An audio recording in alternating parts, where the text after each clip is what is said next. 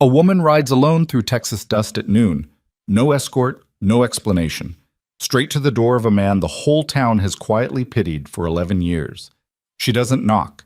She waits on her horse until he comes out, squinting against the sun, wiping grease from his hands. And then she says 4 words that will change everything in Red Creek. I need a husband. Not a whisper. Not a question. A statement.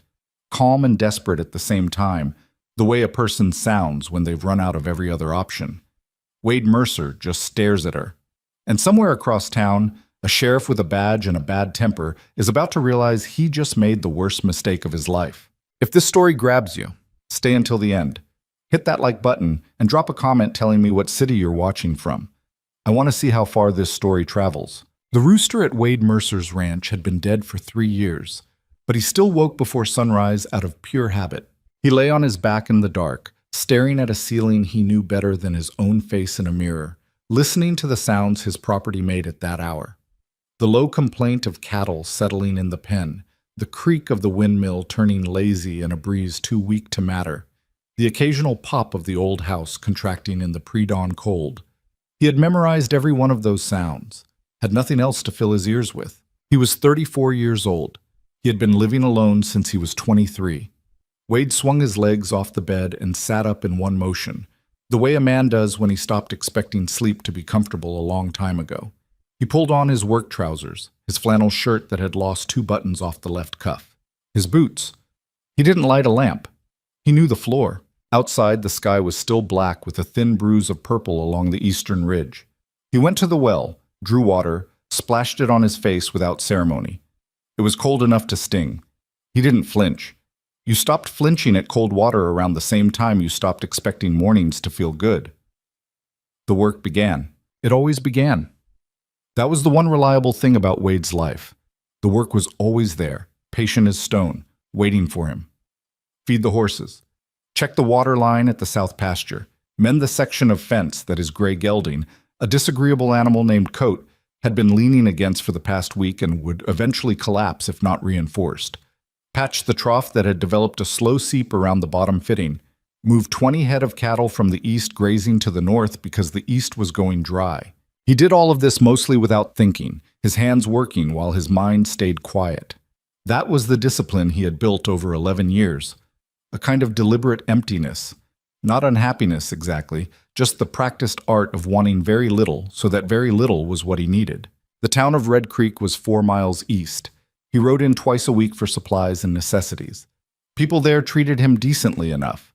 Mr. Mercer at the feed store, nod from the barber, occasionally a brief conversation about weather or cattle prices with one of the other ranchers who ran operations nearby. He was known as honest. That was the word they used, honest, like it was a consolation prize.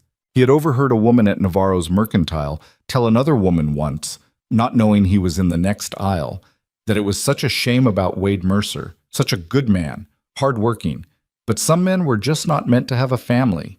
He had stood there with a sack of flour in his hands and let that settle into him quietly, the way cold water settles into dry soil. Then he bought his flour and walked out. He had not thought about that conversation again, or told himself he hadn't. Thought? It was past noon when he heard hoofbeats on the road coming up to the house. He was on his knees at the trough, forearms deep in the mud trying to work a wrench around a fitting that had seized from rust, and he was in the specific kind of foul mood that comes from a task that should take 20 minutes dragging into its second hour. He pulled his arms out and stood, wiping mud from his hands onto his work pants, and looked toward the road. A bay mare came up the track at a steady trot. The rider was a woman.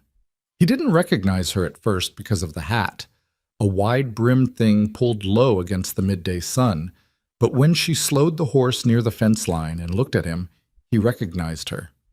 Sophia Navarro. He knew who she was the way everyone in a small town knows everyone, by sight, by name, by association. Daughter of Ernesto Navarro, who ran the Mercantile. She was maybe 25, 26. Dark hair, dark eyes. He had seen her behind the counter at the store a handful of times, mostly watching transactions her father conducted while she kept the ledger. She had a composed quality that he had noticed without thinking much about it. the kind of composure that comes not from ease but from practice. He had never spoken to her beyond a greeting. She brought her horse to a stop at his fence and looked at him from the saddle. She did not dismount immediately. She seemed to be deciding something. "Mr. Mercer," she said. "Miss Navarro." A pause. The kind of pause that has weight in it. "I need to speak with you," she said, "about something important." He looked at his mud-caked arms, his ruined work pants, the general disaster of his afternoon. "All right," he said. "I can offer you water and a place to sit that won't give you a splinter." She swung down from the horse with the practiced ease of someone who had been riding since before she could read, tied the mare to his post, and followed him to the porch. He brought out the wooden chair he kept by the door for the rare occasion he sat outside in the evening, and a second stool from inside.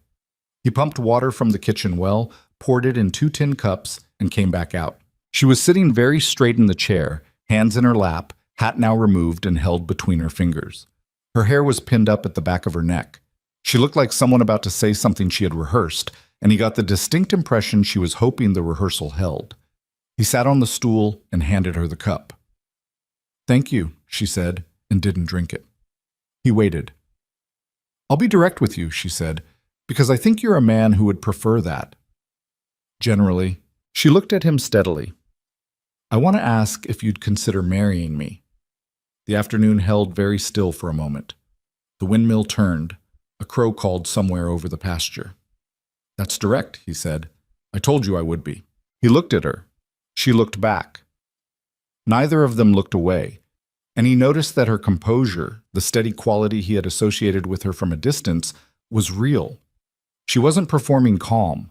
She was holding herself to it the way a person grips something when the ground moves under them. "I think," he said carefully, "that you'd better explain the full situation to me." She exhaled slowly, set the cup down on the porch railing.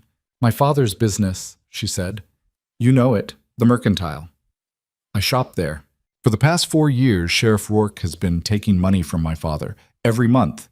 He says it's a fee, for protection, for being allowed to operate." Her jaw tightened on that last word. "My father has paid it because he built that business over 20 years and he is afraid. Because Rourke has shut down other businesses in this county when their owners didn't cooperate. Because 2 men who refused him ended up with their places burned or their licenses pulled on invented violations." Wade was quiet. None of this was exactly news to him. Not the specific details, but the general shape of it. He had sensed something wrong about Calvin Rourke since the man was appointed sheriff 3 years back. There was a quality to how Rourke moved through town, a certain proprietary ease, like a man who knew exactly which doors he could open and which people he could lean on. Wade had filed it away in that careful, observant part of himself that he mostly kept to himself. "Go on," he said. "2 months ago, Rourke came to the store," Sophia said. "My father wasn't there. I was minding the counter." She stopped, adjusted her grip on her hat. "He wasn't there for money that time."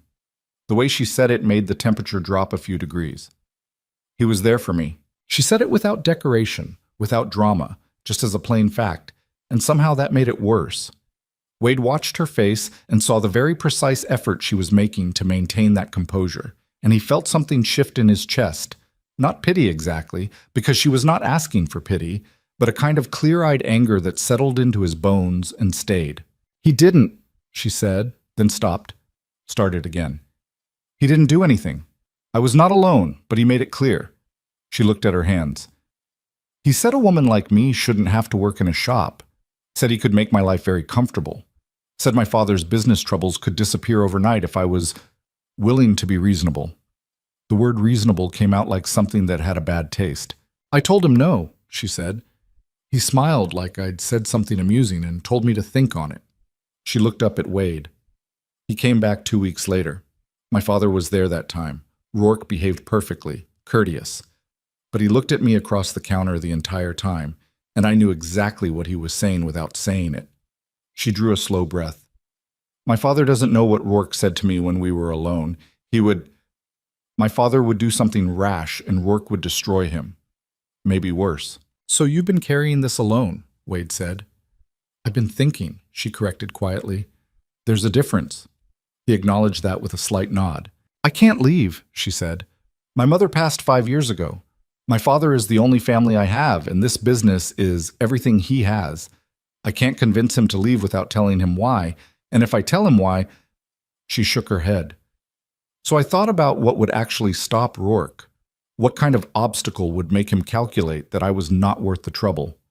A husband, Wade said. Not just any husband. She looked at him with those steady, dark eyes.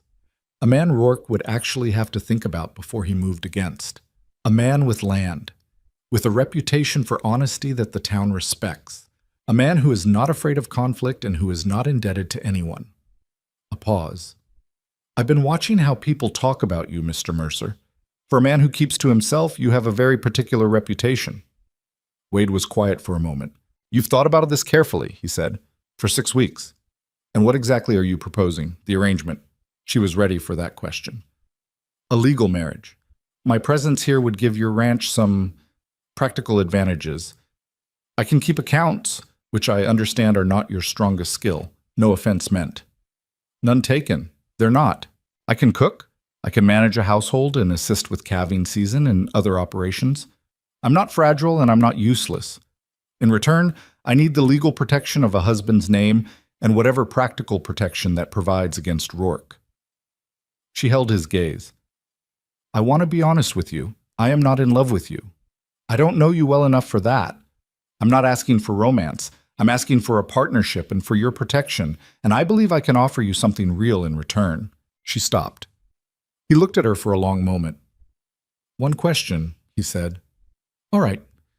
Why me specifically? There are other men in this county who own land, who have reputations.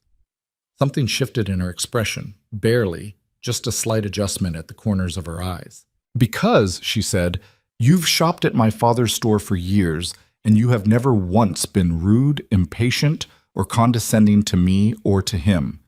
Because last spring, when old Marcus Tatum was drunk and talking badly about my family in the street, you told him to stop, and you only said it once, and he stopped.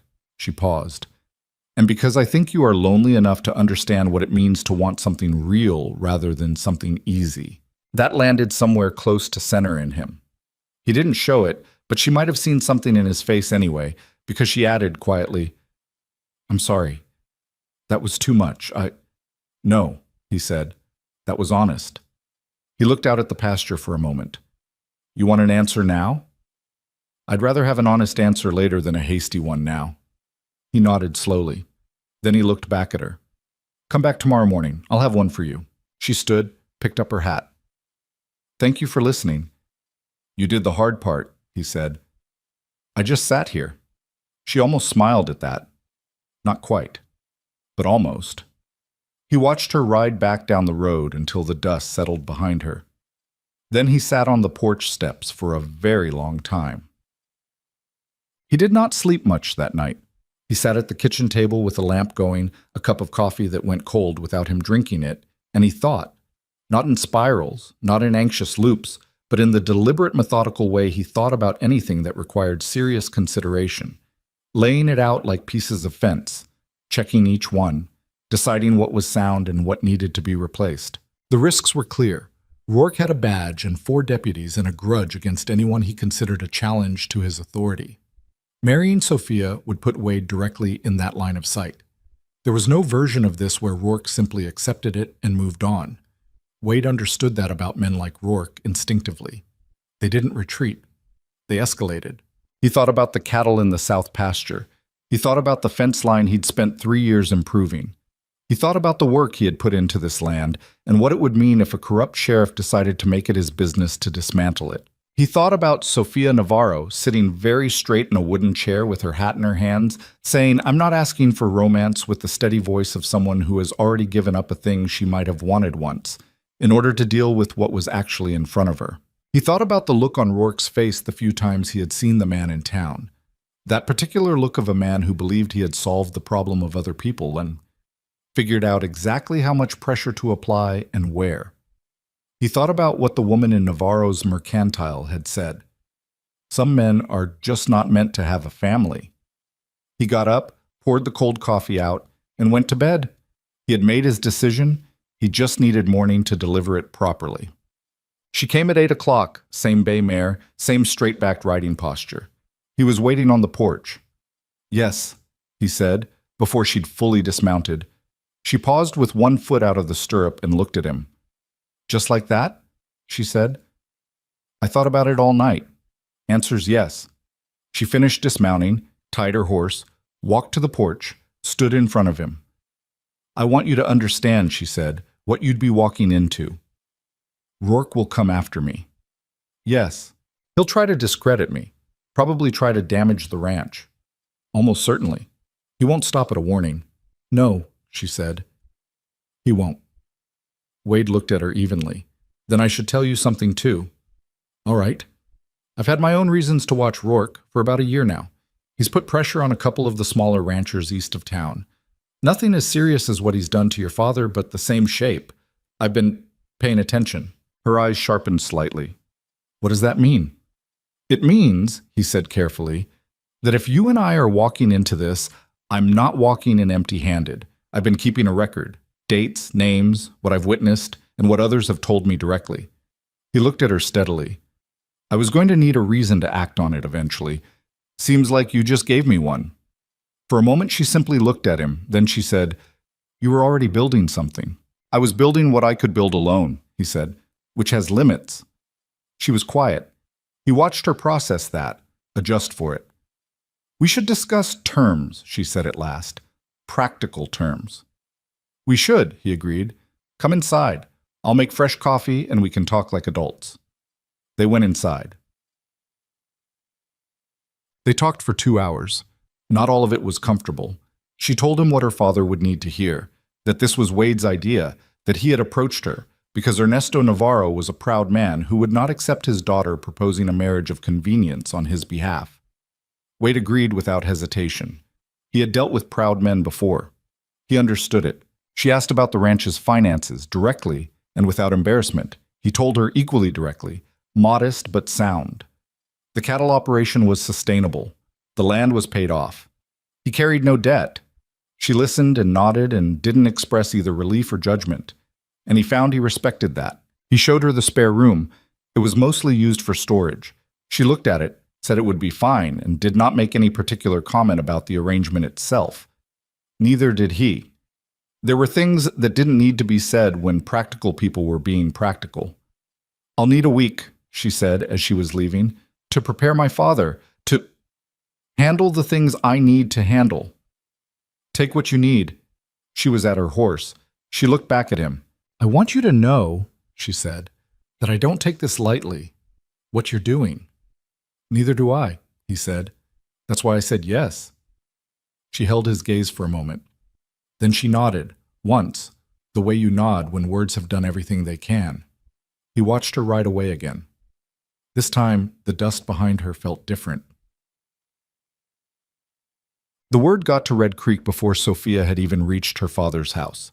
In a town of 1,100 people spread across ranches, farms, and the main street's 2-block cluster of commerce, news moved the way water moves through cracked ground, quickly, silently, finding every available path. By sundown, people were talking. By morning of the next day, it was everywhere. Wade Mercer is getting married. To Navarro's daughter. She rode out to his place. The reaction was varied, which is to say it was complicated, which is to say it was human. Martha Greer at the laundry told her neighbor it was the most romantic thing she had heard in years. A man like that, all those years alone, and suddenly love. The neighbor pointed out that nobody said anything about love. Martha said love didn't always announce itself, and she stood by that.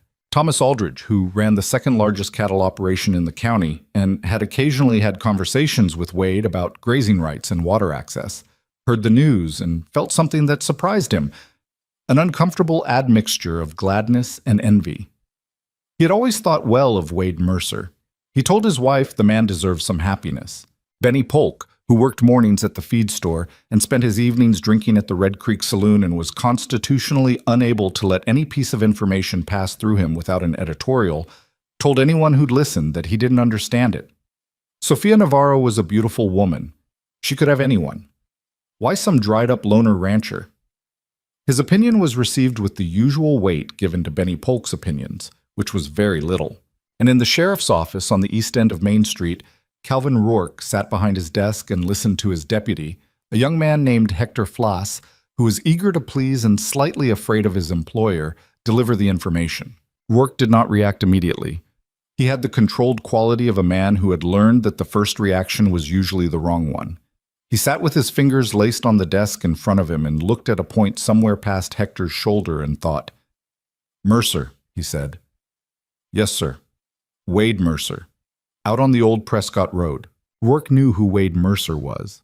He made it his business to know everyone in his county with any standing. Land, money, reputation, any one of those three.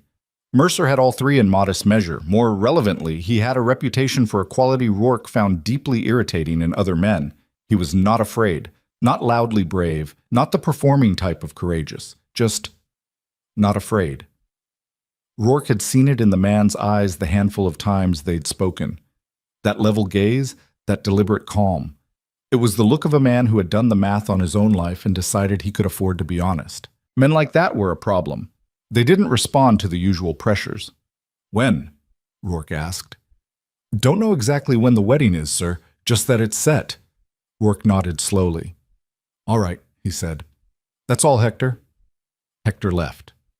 Rourke sat alone in his office, and for the first time in perhaps 2 years, he felt the faint and unpleasant sensation of something slipping beyond his control. Sofia Navarro had been a project of patience.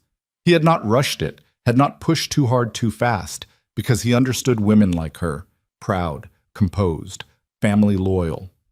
You didn't grab that kind of woman. You made yourself inevitable. You applied pressure to the edges of her life until the center couldn't hold. He had been applying that pressure carefully. The monthly payments from Ernesto. The suggestion made directly to Sofia. The waiting game. He had another month, maybe 2, before he made his next move, and he'd been confident about the outcome. And then some lonesome rancher in a flannel shirt that was missing buttons had said yes to a proposal he hadn't even been there to witness. Rourke straightened his badge with one finger. He was not a man who lost things he had decided were his. He was not going to start now. Ernesto Navarro sat in the back of his mercantile with a cup of tea going cold in front of him and looked at his daughter for a long time after she finished telling him. He was 61 years old, a compact, precise man who kept his workspace in meticulous order and who had survived 2 drought years, 1 flood season, his wife's death, and 4 years of Calvin Rourke's so-called protection fees. He did not have Wade Mercer's stillness. He had the opposite quality. A kind of barely contained agitation that he managed through tidiness, through routine, through the careful arrangement of things he could control. He looked at his daughter. "Wade Mercer," he said. "Yes, Papa." "He came to you." She had agreed with Wade that this would be the story, that he had come to her. She held his gaze and said, "Yes, he came to the store while you were at the Halverson supply run." Ernesto was quiet for a moment. She could see him working through it. "You don't know this man," he said. "I know his reputation. I know how he conducts himself, and I've spoken with him." She kept her voice level. "I think he's a good man." Her father looked at his tea. "A woman your age shouldn't have to settle for a rancher who—" "I'm not settling," she said, with just enough firmness to stop the sentence. "I'm choosing. There's a difference." He looked up at her. "Do you want this?" he asked.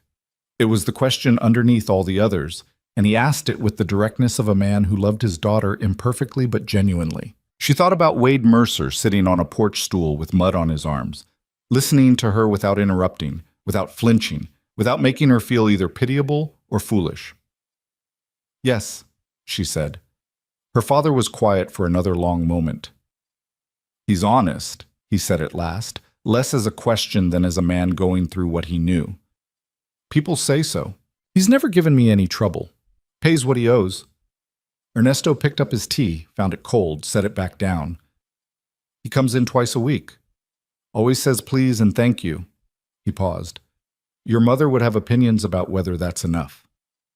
Mama would have talked to him for 30 minutes and known everything she needed to know." Her father's face did something complicated. He looked at his hands. "When?" he asked. "We haven't set the date yet. Soon. He nodded slowly. Then, after a moment, he pushed himself up from his chair and crossed the small distance and put his arms around her. She leaned into it the way she had been leaning into his hugs since she was 4 years old, imperfect, slightly awkward, entirely real. "You tell him," he said quietly, his chin on her hair, "that her father expects him to take care of her." "I'll tell him." "You tell him I'll be watching." "I'll tell him that too." Wade spent the following week working. This was not unusual, but the quality of the work was different. He was doing it with something forward-facing in him now, something that had been dormant long enough that he didn't quite recognize it at first. He cleaned the house properly, not just the functional surface-level cleaning of a man living alone, but the deep and thorough kind. He fixed the 2 steps on the porch that had been soft for a year. He whitewashed the fence sections along the front of the property. He cleared the junk from the spare room, found that beneath it was a room of reasonable size with a window that got afternoon light. And he thought that was something, anyway. He was not building anything dramatic. He was just preparing, getting things in order. It was the same part of himself that kept a careful record of what he observed about Rourke, the same methodical accumulation of detail and readiness. He did not believe in dramatic gestures. He believed in work done well and in time. On Wednesday, he rode into Red Creek for his regular supply run. He felt it before he could name it, the subtle shift in how people looked at him on the street. Not unfriendly, more like recalibration. He had been the lonely rancher for 11 years, which meant people had him filed in a particular place in their mental arrangement of the town, and now the filing system needed updating. Thomas Aldridge stopped him outside the feed store and shook his hand and said, "Congratulations," in the warm and slightly surprised way that suggested he meant it. Mrs. Greer at the laundry gave him an approving nod. The barber asked him when the wedding was, and when Wade said he didn't have a firm date yet, the barber said, "Well, you'll need a haircut when you do," and Wade said he supposed that was true. It was at the general store, not Navarro's, the other one on the south end, that he first heard something that made the back of his neck tighten. He was loading flour into a sack when he caught 2 men talking quietly near the back. He recognized one of them, Del Saunders, who ran a small beef operation 2 miles south of town and who had always been friendly enough but never quite friendly. The other man he didn't know well, someone's hired hand, he thought. "Rourke's not going to like it," Del was saying, low. "That ain't Mercer's concern." "Might be, real soon." Del's voice dropped further. "I'm just saying, a man picks a fight with the sheriff in this county, there's a cost to that." "Who said anything about a fight?" "You marry the girl Rourke's been courting.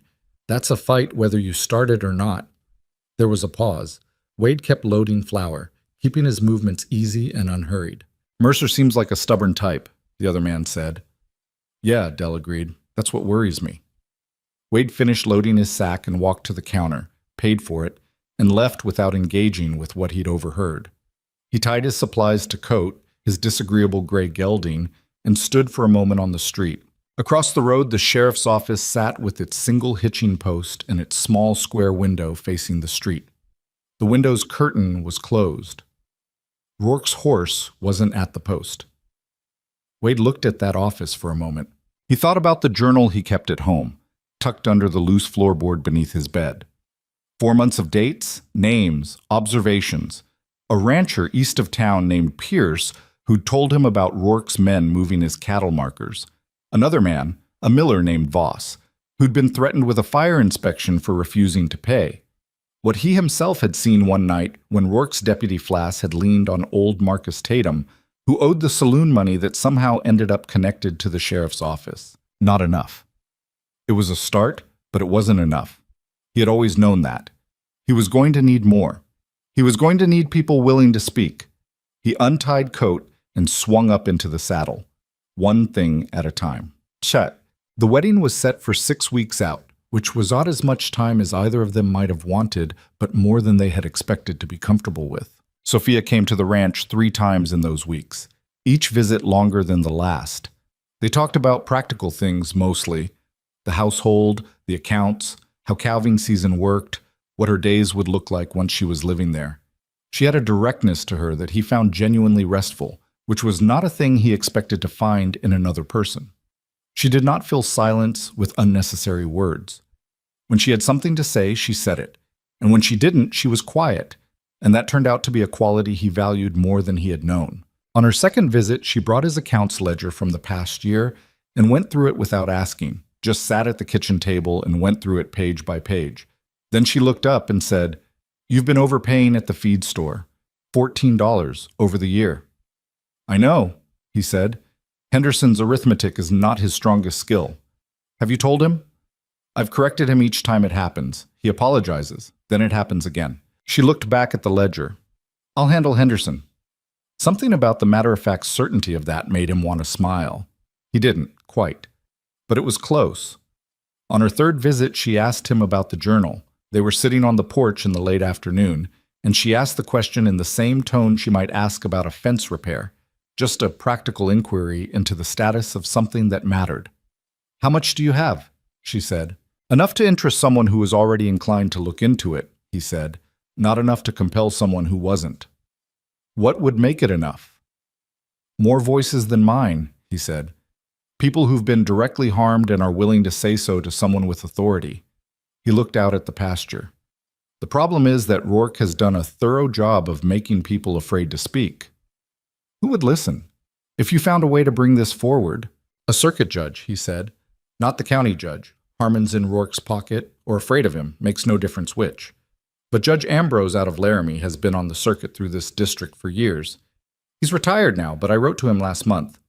Told him broadly what I'd observed." Sophia looked at him. "You wrote to a judge," she said. "Yes." "A month ago." "Yes."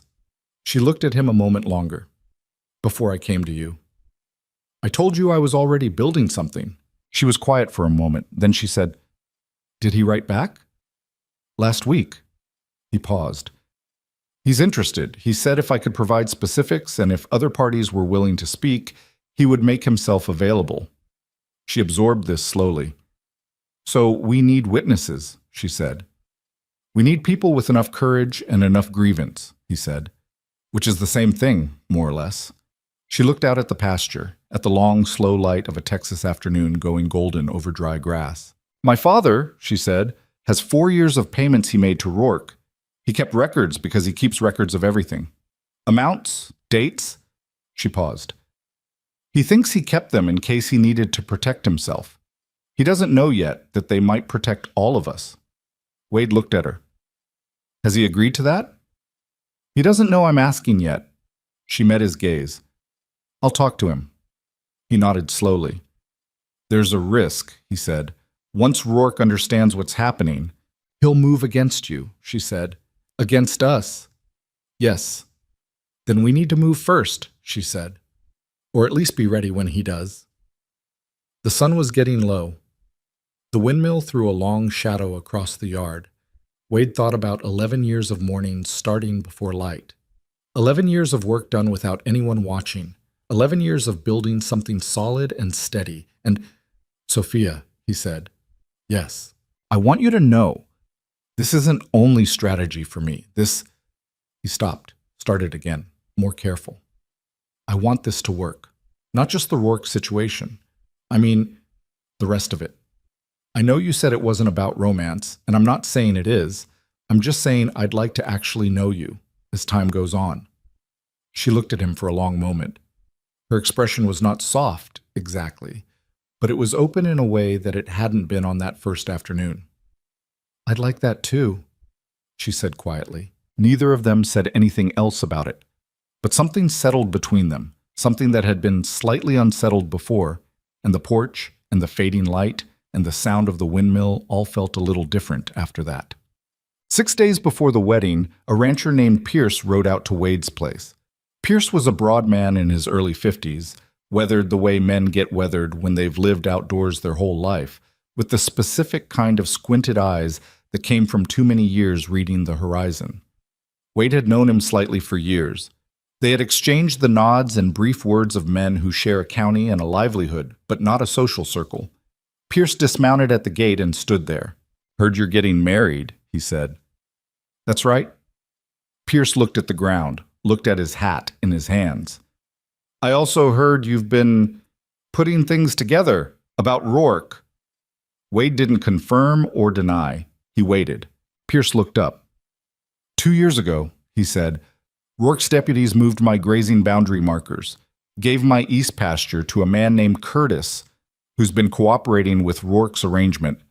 When I went to the county office to contest it, the records showed the original survey as what they said.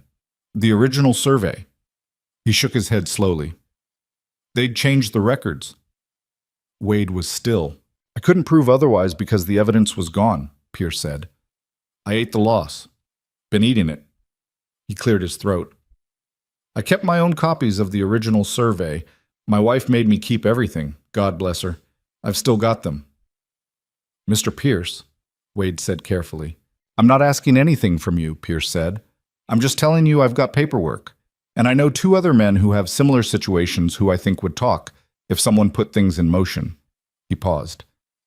If someone had a plan. Wade looked at him for a long moment. I've got a plan, he said.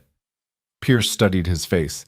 Then he nodded once, with the slow deliberateness of a man who has made a hard decision and intends to live with it. I'll talk to those men, he said. You do that, Wade said, and then come back to me.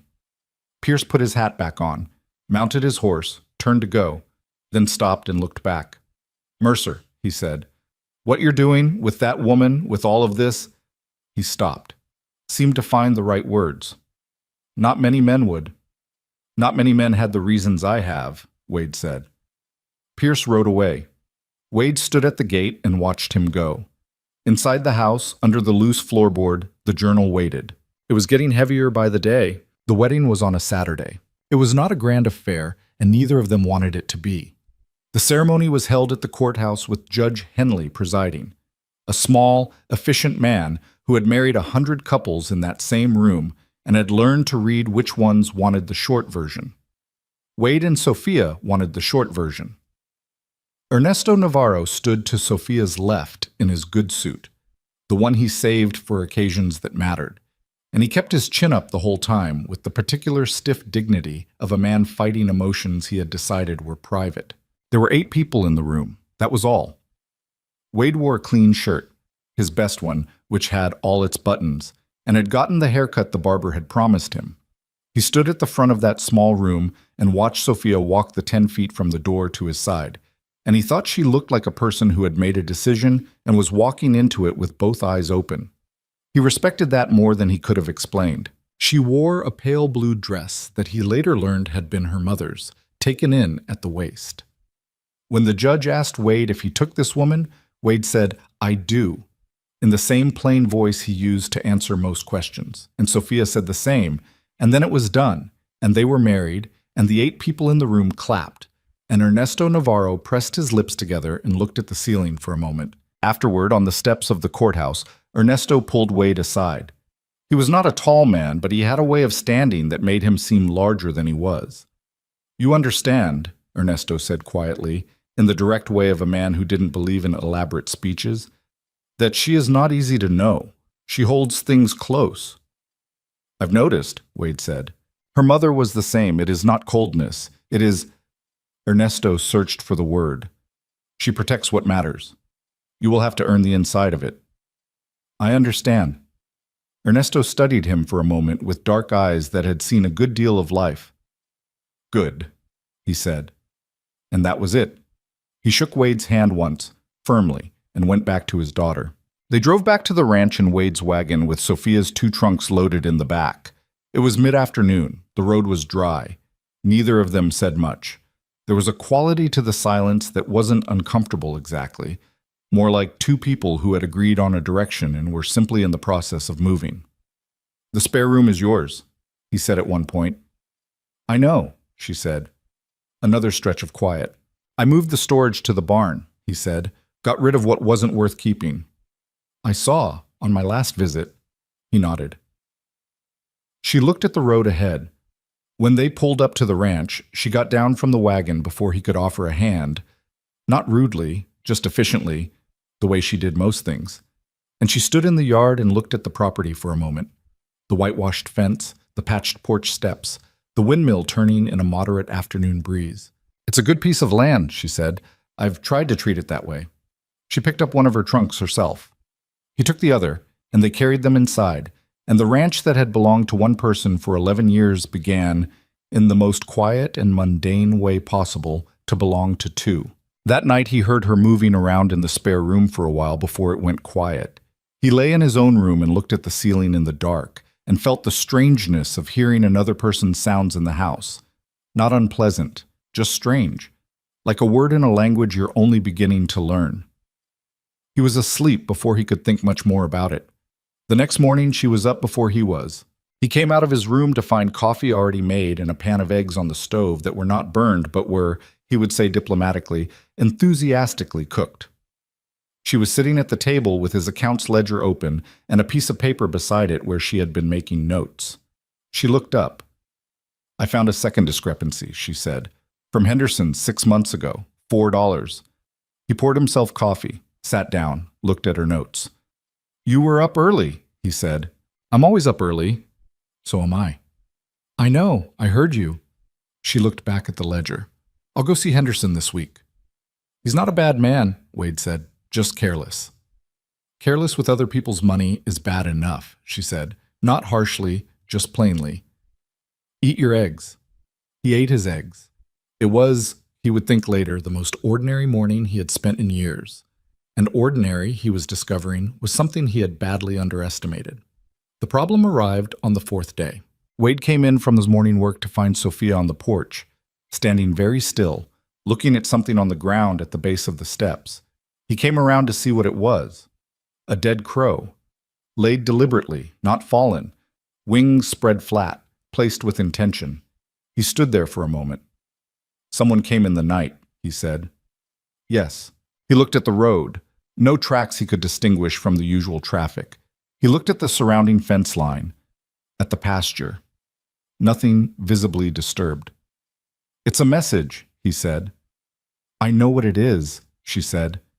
Her voice was flat. He looked at her face. She was angry. Not frightened, angry.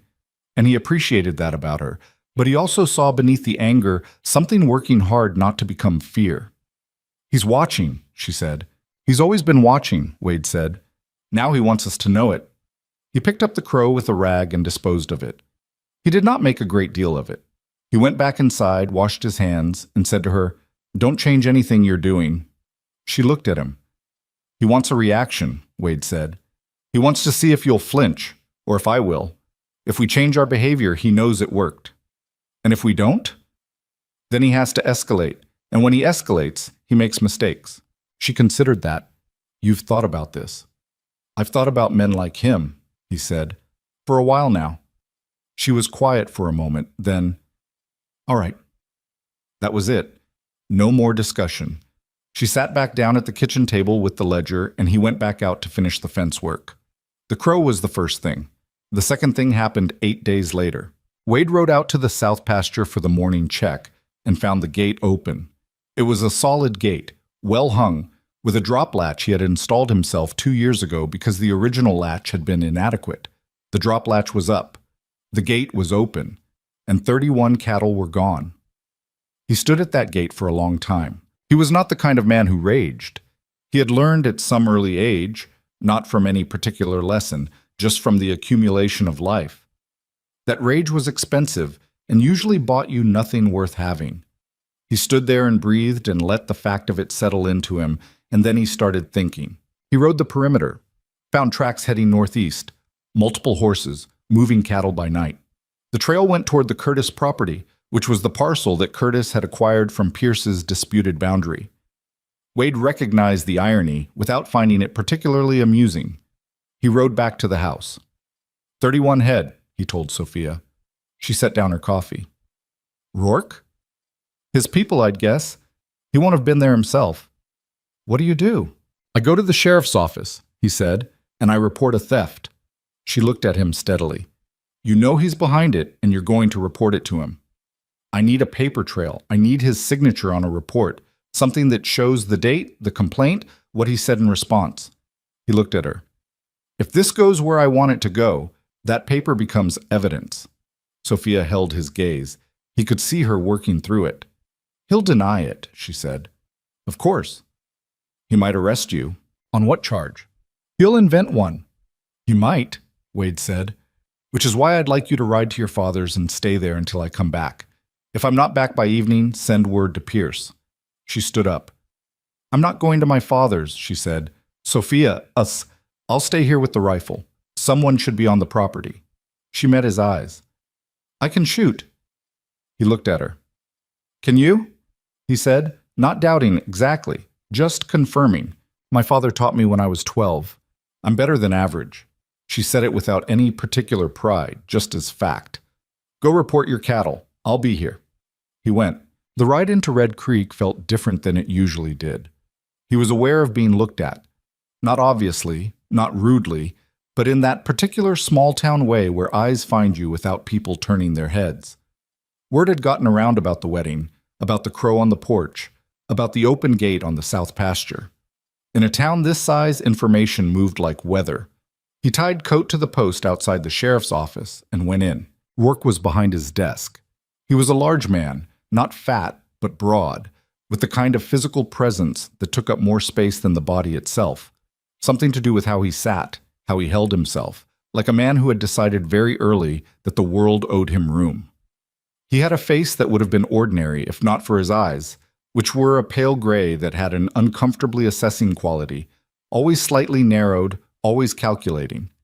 He looked up when Wade came in. "Mercer," he said, in a voice that was pleasant the way a locked door is pleasant, technically inoffensive, offering nothing. "Sheriff?" Wade came to the desk and stood. He did not sit because he hadn't been invited to, and he wasn't going to ask. "I need to report a theft. 31 head of cattle, south pasture. Gate was opened in the night. Tracks heading northeast." Rourke leaned back in his chair. His expression was composed, professionally sympathetic. "That's a hard thing," he said.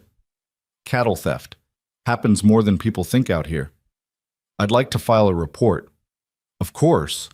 Rourke opened his desk drawer and produced a form with the practiced ease of a man who had done this many times. He dipped his pen. "Date of discovery?" "This morning, but it happened in the night. Sometime between midnight and 4, I'd estimate." "And you said the tracks went northeast?" "Toward the Curtis property." A pause. So small most people would have missed it. "Curtis," Rourke repeated, writing something. "I'll look into it." "I'd appreciate knowing what you find," Wade said.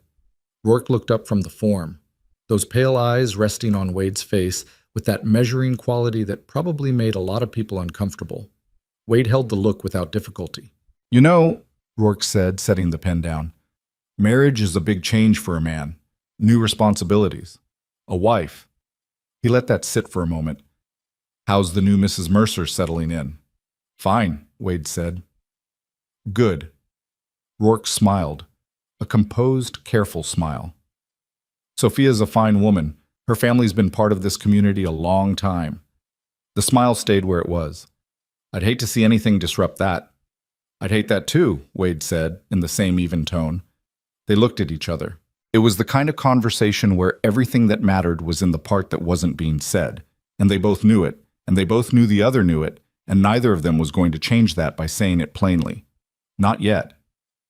"I'll look into the cattle situation," Rourke said, and picked up his pen again. "I appreciate it," Wade said. He walked out. On the street, he stood for a moment beside Coat and breathed the dry afternoon air. His hands were perfectly still at his sides. Inside, something was running very cold and very clear, the way water runs fast under ice. Rourke had not been surprised by the northeast direction. He had not asked clarifying questions about the gate latch or the number of cattle or the time of discovery. He had moved to Curtis's name like a man who had been waiting for it, and then pulled back smooth as silk. Good, Wade thought. Keep doing exactly that. He mounted and rode home. When he got back, Sophia was on the porch with the rifle across her knees, reading a book. She looked up when he rode in. "Still free," he said. "I can see that."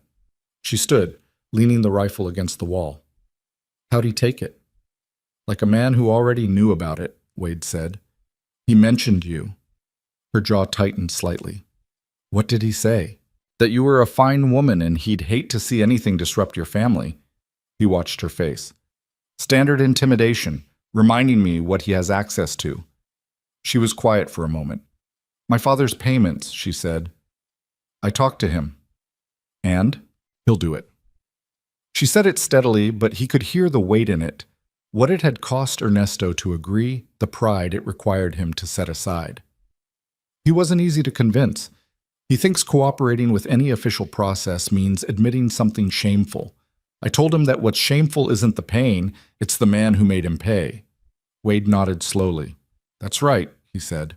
He's kept the records in a box under the counter for 4 years. Every amount, every date, a description of which deputy came to collect and what was said. She paused. My father is, if nothing else, meticulous.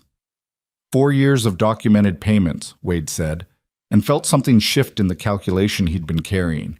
He also told me something I didn't know, Sophia said. Samuel Voss, the miller on the North Road, he paid for 2 years and then stopped.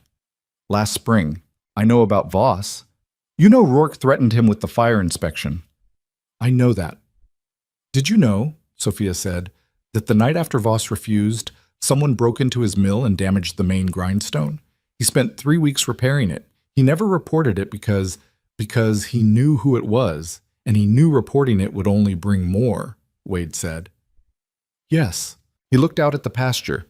The cattle that remained, the 23 he hadn't lost, were moving slowly toward the water trough in the late afternoon light. I need to talk to Voss, he said. I thought you might, Sophia said. I sent a message to him this morning. He'll come here on Thursday. Wade looked at her. You sent a message, he said. I didn't think you'd object. I don't. He looked at her for another moment. Thank you. She picked up her book. Don't thank me yet. He might say no. But Voss didn't say no. He came on Thursday, a lean, angular man with flour dust permanently embedded in the lines of his hands, and he sat at Wade's kitchen table with his hat in his lap and said, in a voice that seemed to have been waiting a long time to say something, that he was tired of being afraid. I'm not a brave man, Voss said. I want to be clear about that. I'm just tired. There's a point where being tired gets bigger than being afraid, and I think I've gotten there. That's all bravery usually is, Wade said, being tired enough to stop running. Voss looked at him. Then he looked at Sophia, who had made coffee and was sitting on the other side of the table, with the particular quality of attention she brought to everything, focused, unobtrusive, missing nothing. What do you need from me? Voss asked. Your account of what happened, Wade said. Written and signed. Dates, descriptions of the damage, what was said to you beforehand, what you understood the threat to be. He paused, and a willingness to say it in person, if it comes to that. In person to who? A judge, Wade said. Not Harmon. Then who? A man named Ambrose. He was circuit judge through this district for 15 years. He knows this county. He knows what's in it. Wade kept his voice level. He's retired, but he's not dead, and he responded to my letter. Voss sat with that for a moment. If Rourke finds out I'm cooperating, he'll find out eventually, Wade said. I'm not going to tell you otherwise. I'm not going to make this sound safer than it is. He appreciated Wade's honesty, or at least that was how it looked on his face. A man who had been lied to or handled carefully too many times and found plain truth, even hard truth, something like a relief. All right, Voss said. I'll write it down. I'll come to wherever you need me. After Voss left, Pierce came by the following evening with the 2 additional men he had mentioned. A farmer named Holland who had lost his water rights in a disputed county ruling 18 months ago, and a rancher named Dietz who had been paying Rourke's informal tax for 3 years. Both of them sat in Wade's parlor, and both of them had the same quality Voss had. The quality of men who had been carrying something heavy for a long time and were finally looking for somewhere to set it down. Wade sat with them for 2 hours. He listened more than he talked. He wrote down what they told him, and he was careful and specific and patient. And when they left, his journal had 23 new pages. 11 days after the wedding, someone burned the section of fence along Wade's north pasture line. They did it at night. He woke to the smell of smoke and got there in time to keep it from spreading to the dry grass beyond, but 40 feet of good fencing was gone, and 2 posts that had taken him a week to set were ash. He stood there in the early morning light with a bucket in his hand looking at the damage and felt the cold anger run through him like a current. Behind him, Sophia appeared. She had come without being called.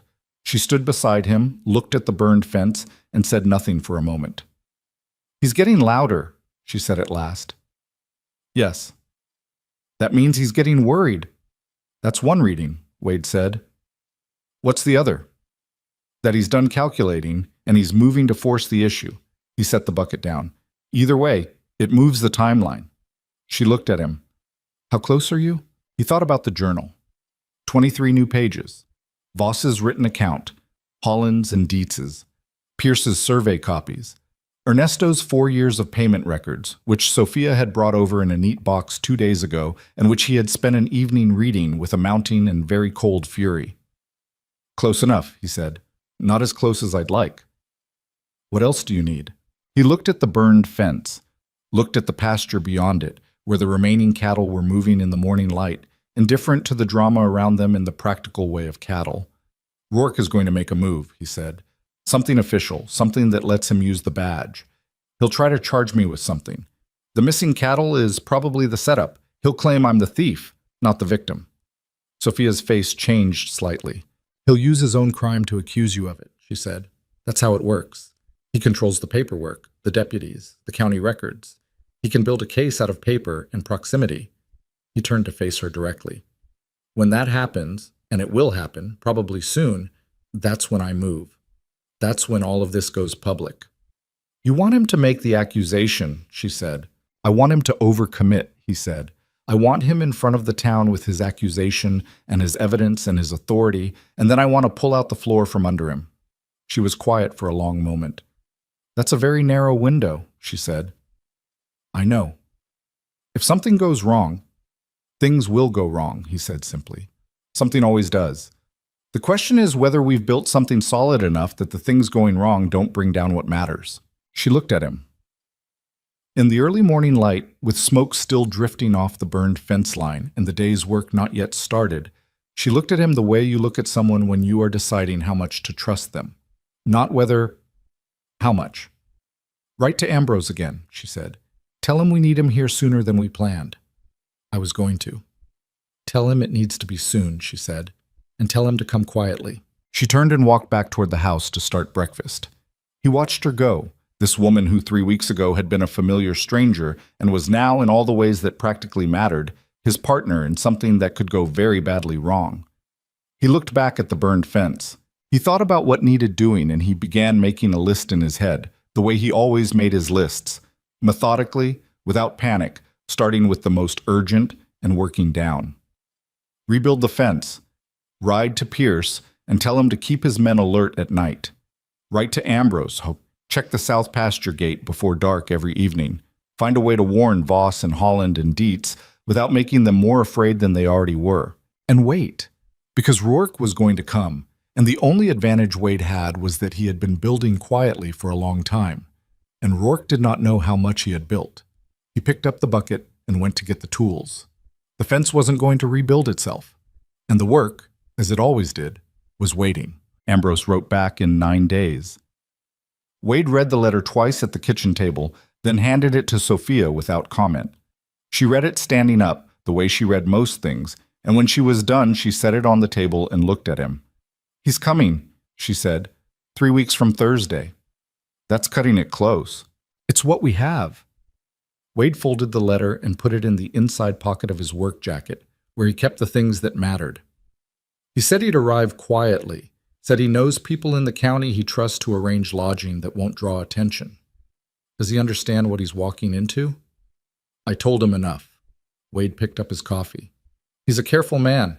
He'll understand more when he gets here. Sophia was quiet for a moment, looking at the window. The morning light was coming in sideways and thin, the way it did in that season, and it caught the side of her face and showed the tiredness she had been carrying for the past 2 weeks without making much of it. Rourke hasn't moved yet, she said. No. That worries me more than when he was burning fences. He's building something, Wade said. When men like him go quiet, it's not because they've given up. It's because they're arranging. He was right, and he knew he was right, and the knowing of it sat in his chest like a stone he carried around and tried not to think about too directly. Rourke had gone quiet 9 days ago. No more dead birds, no burned property, no deputies making slow passes on the road near the ranch. That silence had a texture to it, a held breath quality.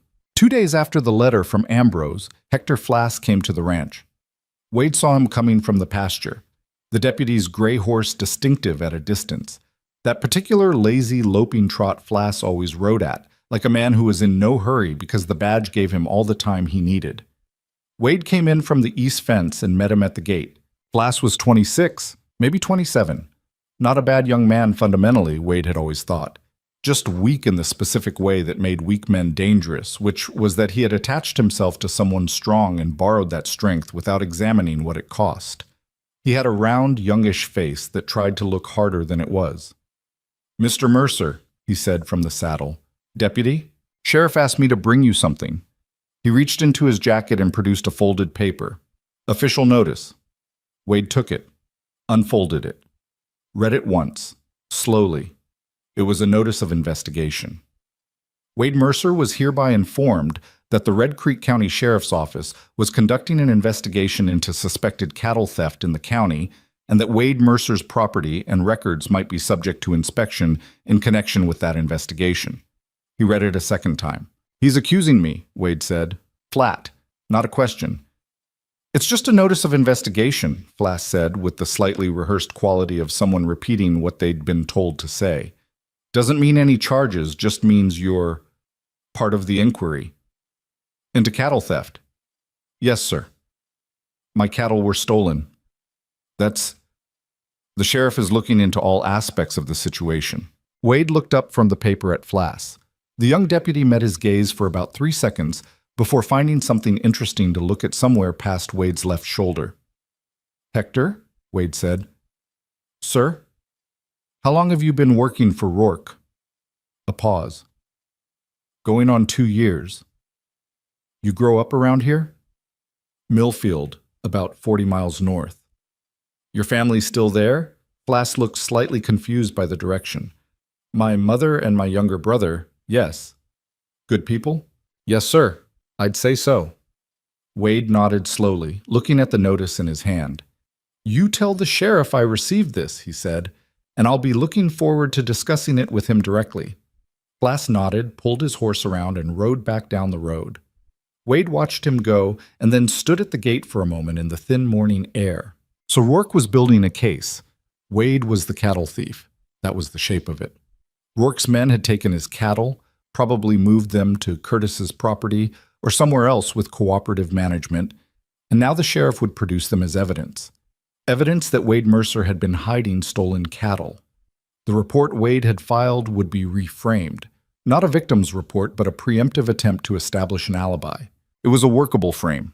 Not airtight, but in a county where Rourke controlled the law, airtight wasn't necessary. He went inside and showed Sophia the notice. She read it without a word.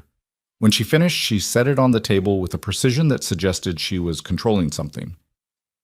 "He's ready to move," she said. "Soon, I think. Within a week." She looked at him. "We're not ready." "No," he said. "We're not quite. Ambrose isn't here yet." "No." She sat down. He watched her think.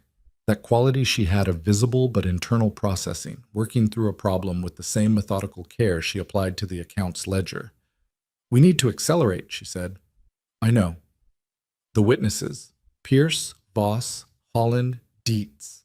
They need to know the timeline has moved. I'll ride to each of them today. And my father." She looked up at him. "His records. I need to get them from the store and bring them here." "Do it today. Don't wait." He paused. "Sophia, if Rourke moves before Ambrose gets here, then we use what we have," she said. "We don't wait for perfect." He looked at her. "No," he agreed. "We don't." He spent that day on horseback, riding a long loop that took him to Pierce's property, then Voss's mill, then Holland's farm, and Dietz's operation. He told each of them the same thing plainly. Rourke was moving. The timeline was compressed. He needed them to be ready to act quickly when he sent word, and he needed each of them to be sure, because once this started, there was no comfortable way to step back from it. Each of them, in their own way, said yes. Pierce with the quiet stubbornness of a man who had lost land and wanted it back. Voss with the exhausted determination he'd shown at the kitchen table. Holland with a nervous energy that might have been fear or might have been something closer to relief at finally doing something. Dietz with almost no expression at all, just a single nod that had the weight of a decision made long before this conversation. None of them were brave in the storybook sense. They were just people who had run out of better options, which was its own kind of courage. When Wade got home that evening, Sophia had her father's box on the kitchen table and was going through it. She had organized the contents into 3 stacks: dates on the left, amounts in the middle, deputy names and descriptions on the right. Her handwriting was small and precise, and she had made a summary sheet on top that condensed 4 years of extortion into a single, clean document. She looked up when he came in. 47 payments, she said. Not counting 2 months where he missed and Rourke sent someone to make the point clear. She set her pen down. $1,140 over 4 years, from one merchant in one small town. He hung his jacket and sat down. "How is your father?" he asked. She was quiet for a moment. "He cried," she said. "When I told him the full timeline, how close things are." She looked at her hands. "Not because he was afraid. I think he was angry, and the anger had nowhere to go, so it came out the other way." She straightened the stack of papers. "He said to tell you he'll testify himself if it comes to that." "I hope it doesn't have to come to that." "He wants it to," she said, and there was something in her voice, pride maybe, and something more complicated under it. "He's been paying that man for 4 years. He wants to say it out loud in front of people." Wade nodded. "He'll get the chance," he said. 3 days passed, then 4. Each one had the particular texture of waiting, that specific quality of time that moves both too slowly and too fast, where ordinary things feel slightly unreal because you know something is coming and you don't know exactly when. On the 5th day, Sophia found Wade's journal. Not by accident. He had left it on the kitchen table when he went out that morning, having spent the previous night adding the most recent entries, and he had forgotten to put it back before he started the morning work. She found it when she came down for coffee. She didn't read it. She could see from the cover that it was private. But she held it when he came back in, and she held it with a kind of weight, as if she was feeling through the cover how much was inside. "Is this everything?" she said. "Everything I have," he said. She handed it back. "Can I read it?" He thought about that for a moment. He had kept it alone for 4 months. The content of it was not personal. It wasn't a diary, just dates and names and observations. But there was something about it that felt private in the way that things you've built alone feel private. "Yes," he said. She read it that afternoon while he was doing the pasture check. When he came back, she was at the table with the journal closed in front of her and a look on her face that was hard to read. "You saw Rourke's Deputy Flass take money from the Tatum Saloon on a Tuesday in September," she said. "I was passing. I saw it through the window. You noted that Curtis's property showed new fencing within 6 weeks of Pierce losing his grazing boundary, consistent with the cattle needing new enclosure." "Yes." "And you wrote down that 2 years ago, the County Water Board changed their meeting schedule with 2 days' notice, on the same week that Holland's water rights case was being heard, so Holland missed the hearing." She looked up at him. "That's not coincidence." "No," he said. She was quiet. "Wade," she said, and it was the first time she had used his first name without the slight formality that had been between them at the start. It came out natural, unguarded, like she hadn't planned it. There's a lot here." "It's 4 months of watching carefully," he said. "It's more than that. She stopped, seemed to be looking for the word. "It's a case. A real one. This plus my father's records, plus what the others can testify." "It's enough for Ambrose," he said, "if he's the man I believe he is." She looked at the journal. "When does he arrive?" "Thursday. 8 days." She nodded slowly. Rourke came for Wade on Tuesday. It was mid-morning. Wade was on the porch replacing a board that had gone soft when he saw the dust on the road.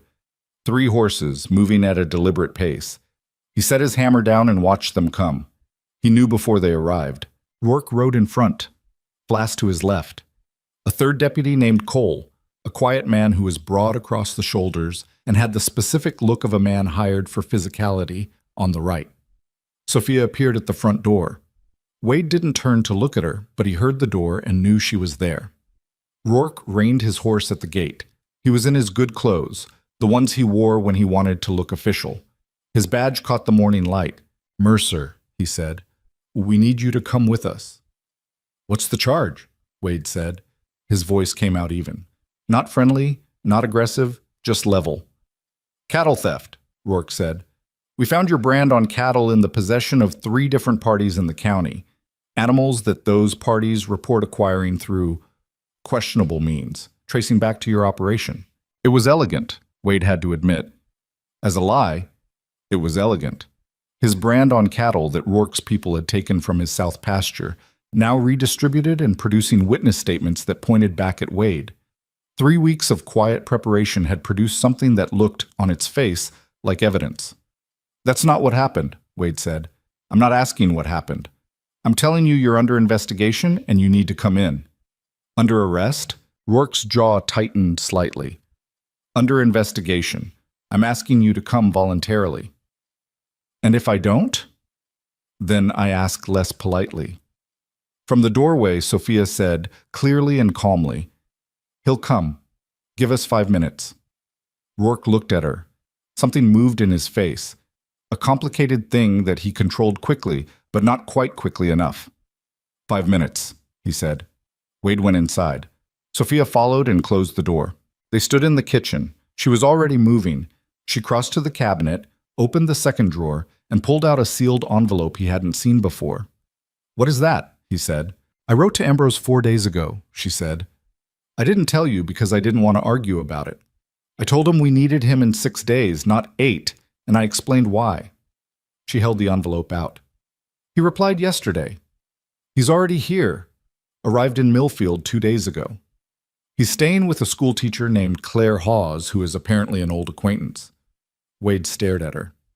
You wrote to him without telling me, he said. I knew Rourke was moving, and I knew you were going to want to handle it yourself and wait for the right moment. She held the envelope steadily. I wasn't going to wait for the right moment. I was going to make one. He took the envelope, read the letter inside. Ambrose confirmed he was in Millfield. He confirmed he would be in Red Creek when needed. He said he had reviewed what Wade had sent him and found it credible, and that he would need the witnesses assembled. The witnesses, Wade said. I sent word to Pierce this morning, Sophia said. He's contacting the others. Sophia, Wade. She met his eyes directly. You built the foundation. I'm not dismissing that. But you were going to let Rourke take you into that office and put you behind bars while you waited for the perfect timing, and there is no perfect timing. She paused. Go with them. Don't resist. Let him make the arrest official.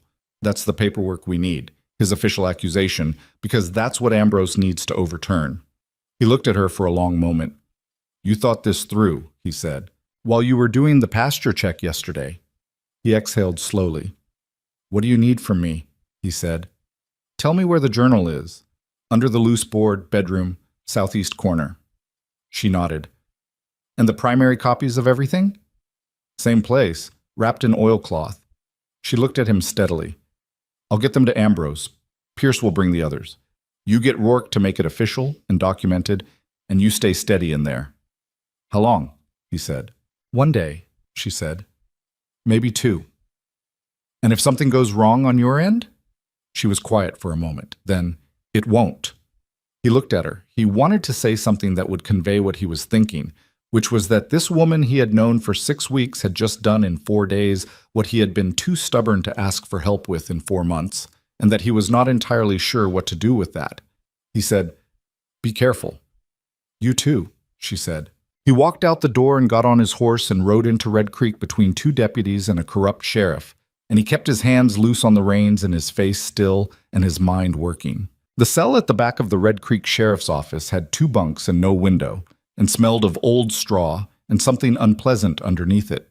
Rourke had him processed with the careful efficiency of a man who understood the value of paperwork, the charge written, witnessed, dated, filed.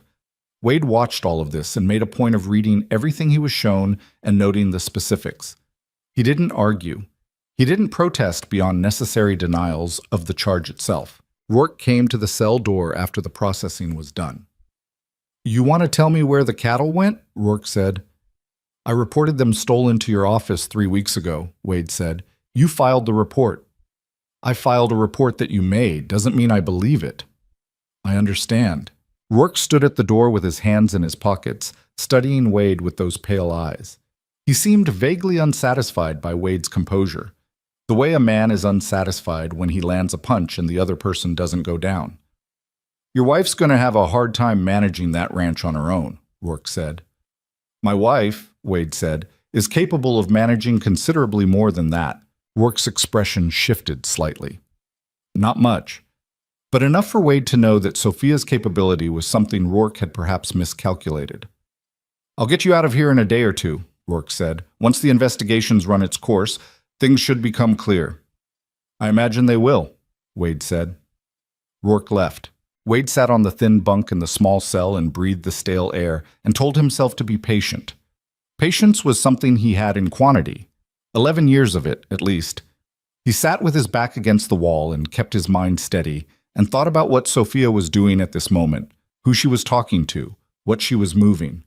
He thought about Ambrose and Millfield, already here, already waiting. He thought about Pierce and Voss and Holland and Dietz, each of them carrying the particular weight of a decision made, moving toward the moment when they'd have to stand behind it. He thought about Ernesto Navarro's box, 47 payments in precise handwriting, 4 years of a proud man's humiliation converted into something that might, if they were careful and fortunate and reasonably smart about it, mean something. Flask came by at noon with a plate of food. He set it on the floor in front of the cell door and didn't quite meet Wade's eyes. Hector, Wade said. The deputy looked up.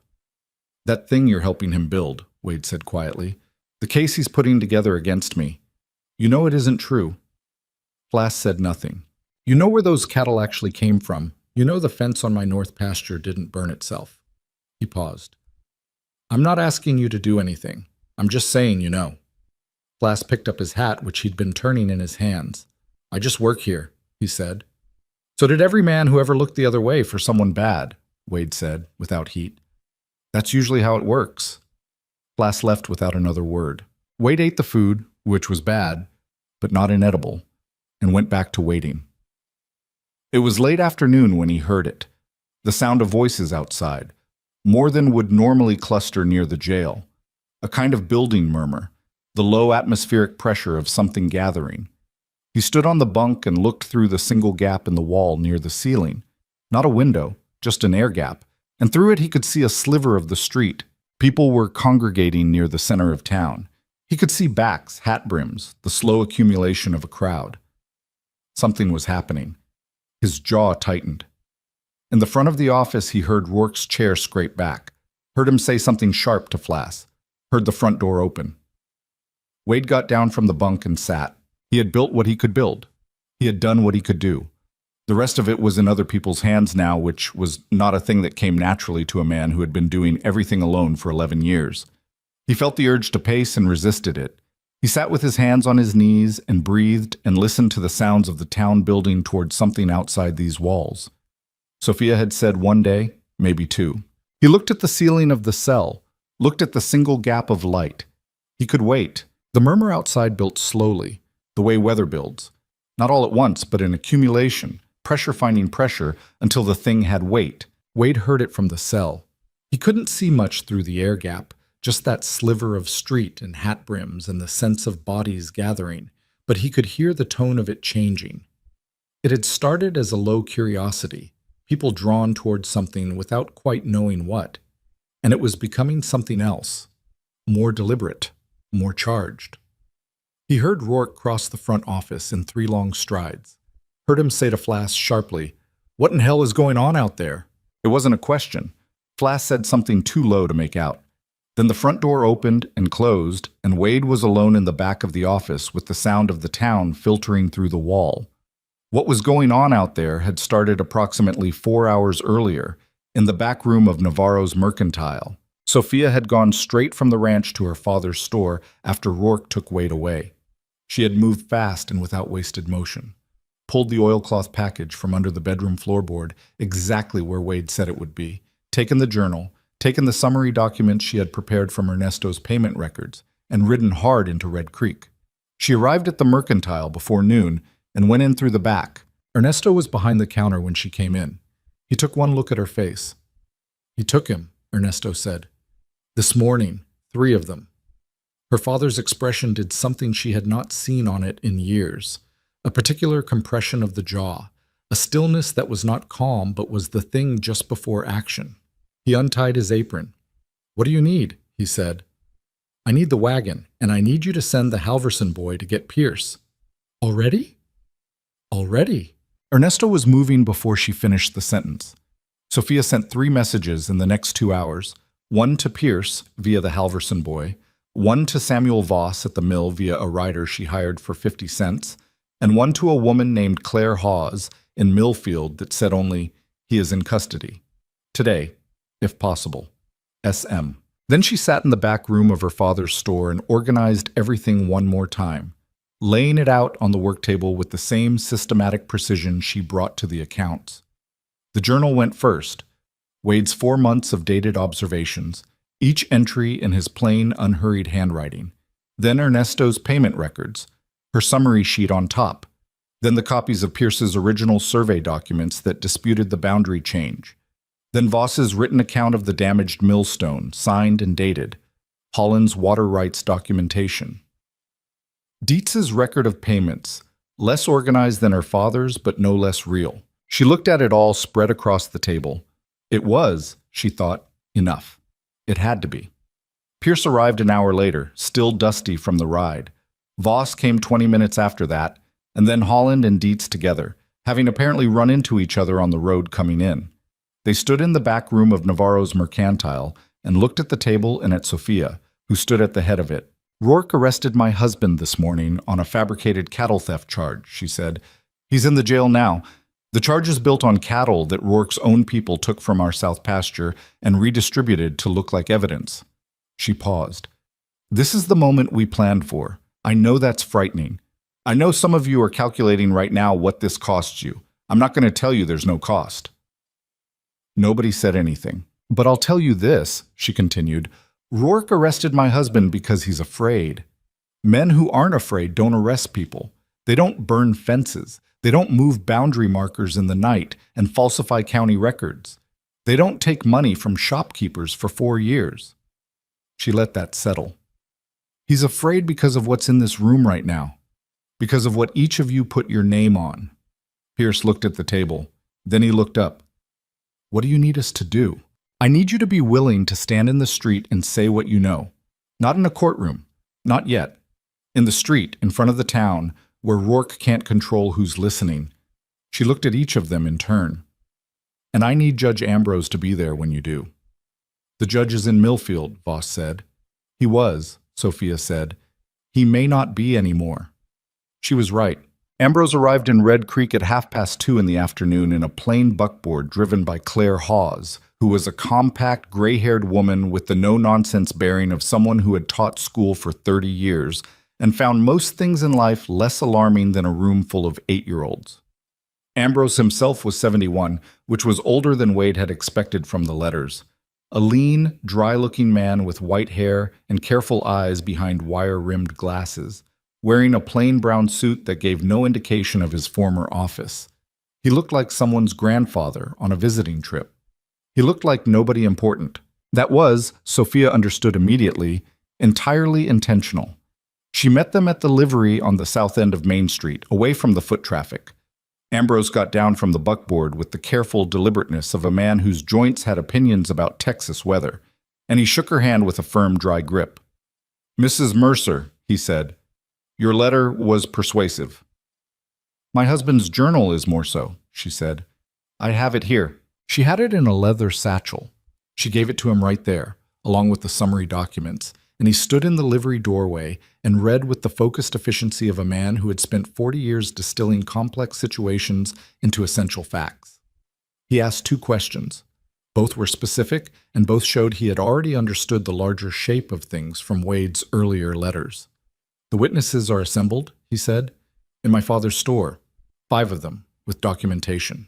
Your husband is in Rourke's jail." "Yes." He looked at the journal for a moment longer. Then he closed it and handed it back to her. "Here's what I can do," he said in the plain tone of a man describing a practical problem. "I have no active judicial authority in this county. My jurisdiction ended with my retirement. What I have is standing, personal standing, professional reputation, and the ability to compel attention from people who still serve in an active capacity. He looked at her steadily. What I can do today is be present as a witness of credibility while the facts are presented publicly. What happens after that? The formal proceedings, the arrest, the official record that requires someone with current authority. You said in your letter you knew the territorial marshal, Sophia said. I do. He owes me a professional debt that he has never had occasion to repay. Ambrose's expression was entirely dry. I believe today is the occasion. He had, she would learn later, sent a telegraph from Millfield 2 days ago. The territorial marshal's office was already aware that something was developing in Red Creek County. Sophia looked at this old man in his plain suit and thought about the 11 years Wade had spent building something alone and patient on that ranch. And she thought about her own 6 weeks of watching and calculating and moving quietly. And she thought that sometimes the most important things in a place were the things that didn't announce themselves. All right, she said, then let's go. What happened next in Red Creek was not organized in any dramatic or theatrical sense. It assembled itself the way a storm assembles, from available conditions, from pressure that had been building in the atmosphere of that town for years, finding its moment and its form. Sophia brought Ambrose to the back room of the mercantile and introduced him to the witnesses. He spoke to each of them briefly, asking questions in that quiet, precise way that made people feel heard rather than interrogated. He looked at the documents. He made 3 notes in a small leather notebook he kept in his breast pocket. Ernesto Navarro sat at the end of the table through all of this. He had not said much since Sophia arrived. He was a man who expressed things through movement and action rather than words, and the stillness he was holding right now was a particular kind. The stillness of a man who has finally stopped running from something and is now facing it directly and finding that it is, if not smaller than he feared, at least more survivable. When Ambrose finished his review, he looked at Ernesto. Mr. Navarro, he said, your records are the most complete documentation of a pattern of extortion I have seen outside of a formally prosecuted case. I want you to understand what that means. Ernesto looked at him. It means, Ambrose said, that your fear was reasonable, that your choices were made under real duress, and that what you've kept in that box is not evidence of your shame, it's evidence of his crime. He paused. I want you to know that before we go out there. Ernesto was quiet for a moment. He looked at his hands. My wife, he said, always said that a record is the only honest thing. That paper doesn't lie the way people do. He cleared his throat.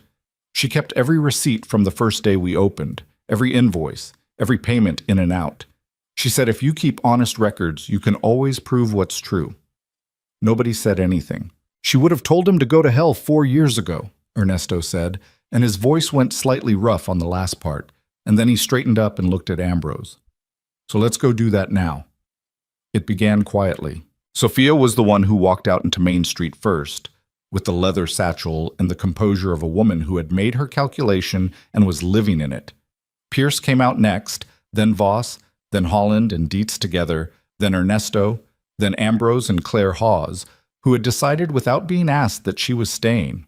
They positioned themselves in the center of the street, near the water trough that served as the informal center point of Red Creek's main stretch. People noticed. People always notice when a group assembles with purpose in a small town. It has a different quality from casual congregation, a different gravity. Heads turned. A woman who had been sweeping her porch stopped sweeping. The blacksmith came to his doorway. 2 men outside the saloon straightened up. Sophia spoke first. She did not shout. She spoke in a carrying voice, clear and level, the voice of a woman who had spent years keeping accounts and knew that precision mattered. My husband was arrested this morning on a charge of cattle theft, she said. The cattle were taken from our property 3 weeks ago by people acting under Sheriff Rourke's direction. I have documentation of this. I have witnesses. And I have evidence that the pattern of corruption that produced this false arrest is not new and is not limited to my family. She paused. The street was paying attention. I'm asking the people of Red Creek to listen, she said, because what's in this documentation affects most of you, whether you know it or not. Pierce stepped forward then, without any particular drama, just a rancher moving to stand next to a woman in the street, and he said in his broad, flat voice, My name is Daniel Pierce. My east pasture boundary was falsified in county records 2 years ago. I have the original survey to prove it. I lost 20 acres of grazing land and never got justice because the man responsible carries a badge." He stepped back. Voss moved forward. "Samuel Voss, miller on the North Road. I paid Sheriff Rourke's informal tax for 2 years. When I stopped, my mill was vandalized. I have a written account."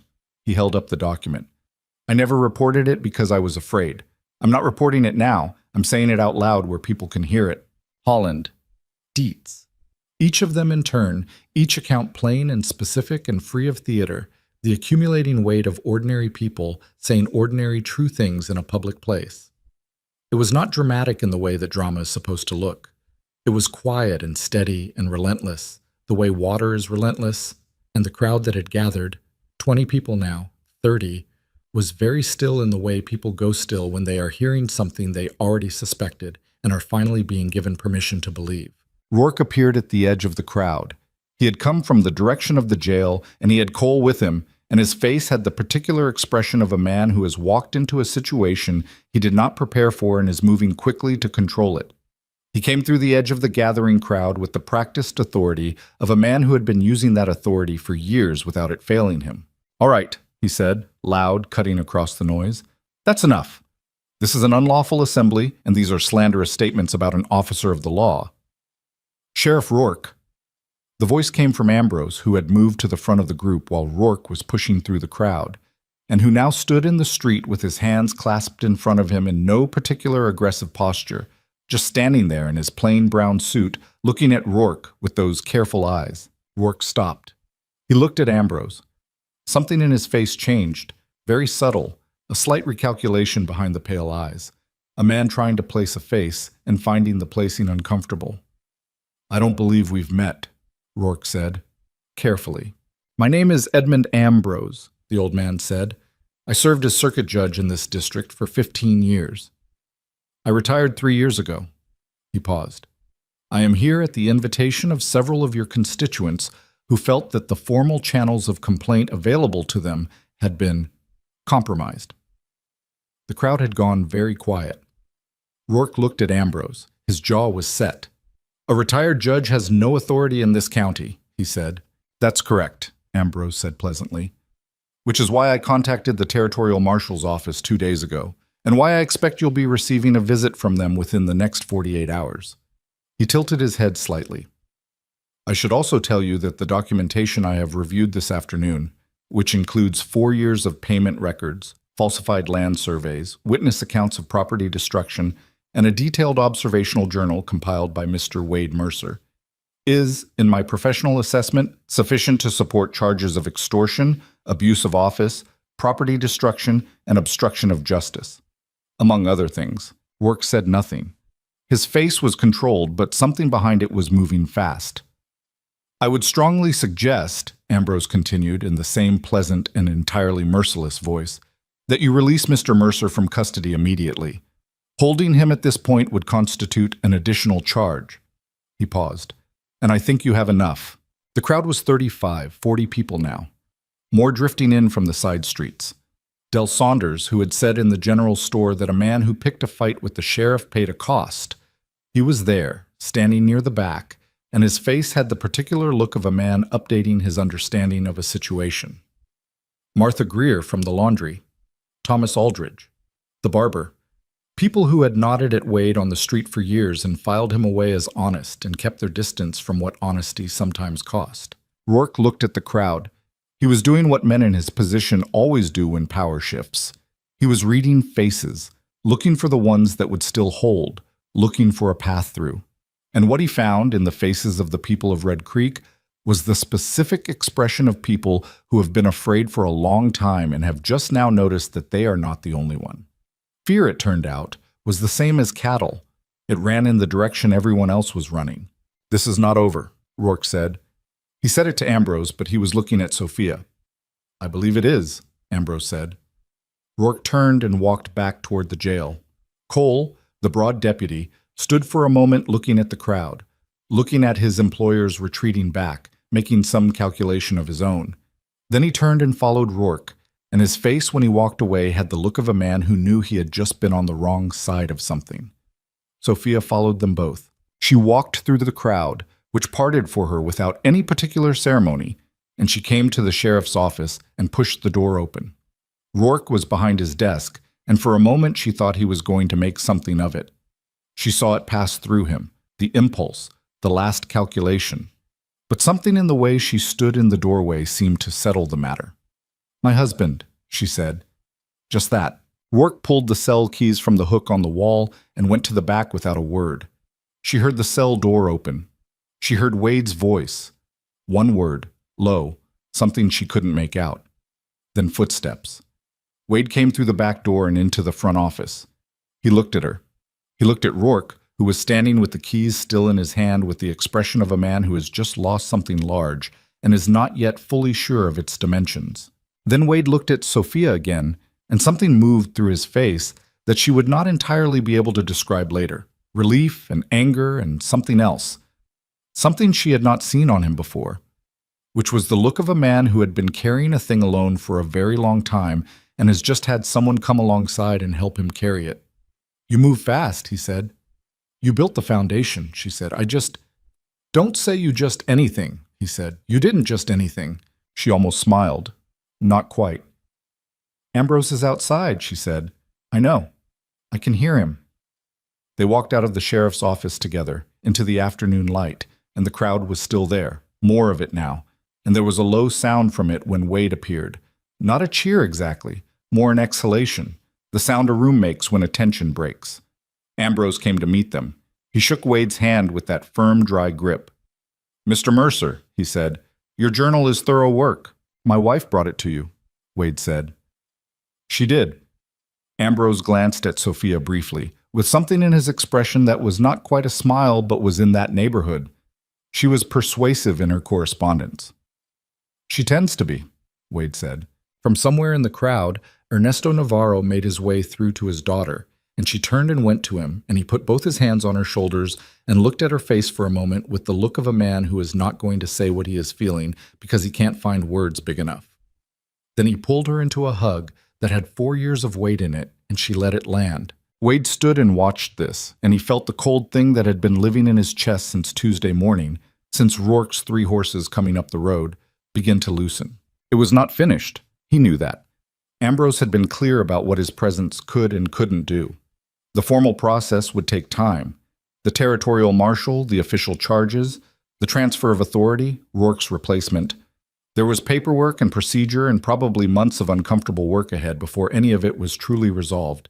And there were still 31 of his cattle somewhere on this county. He thought about that and almost smiled. Pierce materialized at his elbow. The man had the comfortable solidity of someone who had just set down something heavy. "You're going to want to know," Pierce said, "that those cattle of yours are in Curtis's North Pen. I saw them 2 days ago, but I didn't—" He stopped. "I should have told you sooner." "You're telling me now," Wade said. "I was afraid for a long time," Pierce said. "It came out straight, without apology, but without pride either. Just an honest accounting." "Most people were," Wade said. "Being afraid of a man like Rourke is not a character flaw. It's a reasonable response." He paused. "Not coming forward eventually. That's the part that costs you." Pierce nodded. He looked at the sheriff's office. "What happens to him now?" "He stays on paper until the marshal gets here. Ambrose will make sure he can't destroy any records." Wade looked toward the office. Through the window he could see Rourke's shape behind the desk, still and contained in the particular way of a man who is recalculating his options and finding them fewer than he expected. "He'll lawyer up. It'll take time. But it'll happen." "It'll happen," Wade said. The crowd was beginning to break apart slowly, the way crowds do when the thing they came to see has reached its inflection point. Not an ending exactly, but a turn, a pivot, after which the situation is recognizably different from what it was before. People were talking, some of them to each other, some of them to the witnesses who had spoken in the street, some of them with the slightly stunned quality of people processing a thing they had suspected for years and are now having confirmed. Mrs. Greer from the laundry stopped Wade on the street. She was a stout woman in her 60s with a direct manner and no particular interest in softening things. "I want you to know," she said, "that I always thought Rourke was a bad piece of work. I want you to know I thought that." "I appreciate it," Wade said. "I didn't do anything about it," she said. I want you to know that too. I thought it and I did nothing, and people I know were being squeezed, and I told myself it wasn't my business. She held his gaze with the stubbornness of a woman being honest about something she wasn't proud of. I'm not going to pretend that was all right. It wasn't all right, Wade said, but you're here now. She nodded, crisply, like a woman closing an account. You need your laundry done, she said. You bring it to me, no charge, for a year. He almost laughed. It was so specific and so Mrs. Greer. I'll tell Sophia, he said. Later, when the crowd had thinned and the late afternoon was bringing its long amber light over the street, Wade found Ambrose sitting on the bench outside the Mercantile with a cup of coffee from inside and his notebook open on his knee. Judge, Wade said, Mr. Mercer, sit down if you like. Wade sat. They were quiet for a moment, looking at the street. The ordinary afternoon of a town that had just done something hard and was returning to its surface routines while underneath everything was different. The marshal will be here Thursday or Friday, Ambrose said. I expect he'll move quickly. The documentation is clean and the witnesses are credible. He turned a page in his notebook. Rourke will claim the journal is fabricated. He'll claim the witnesses are coordinating a false account. It won't hold, but he'll make it unpleasant for a while. I know, Wade said. Your wife, Ambrose said, looking at the notebook, made the difference today. The timing was critical. If this had gone to a formal proceeding without the public moment, Rourke would have had time to manage the narrative. He's good at managing narratives.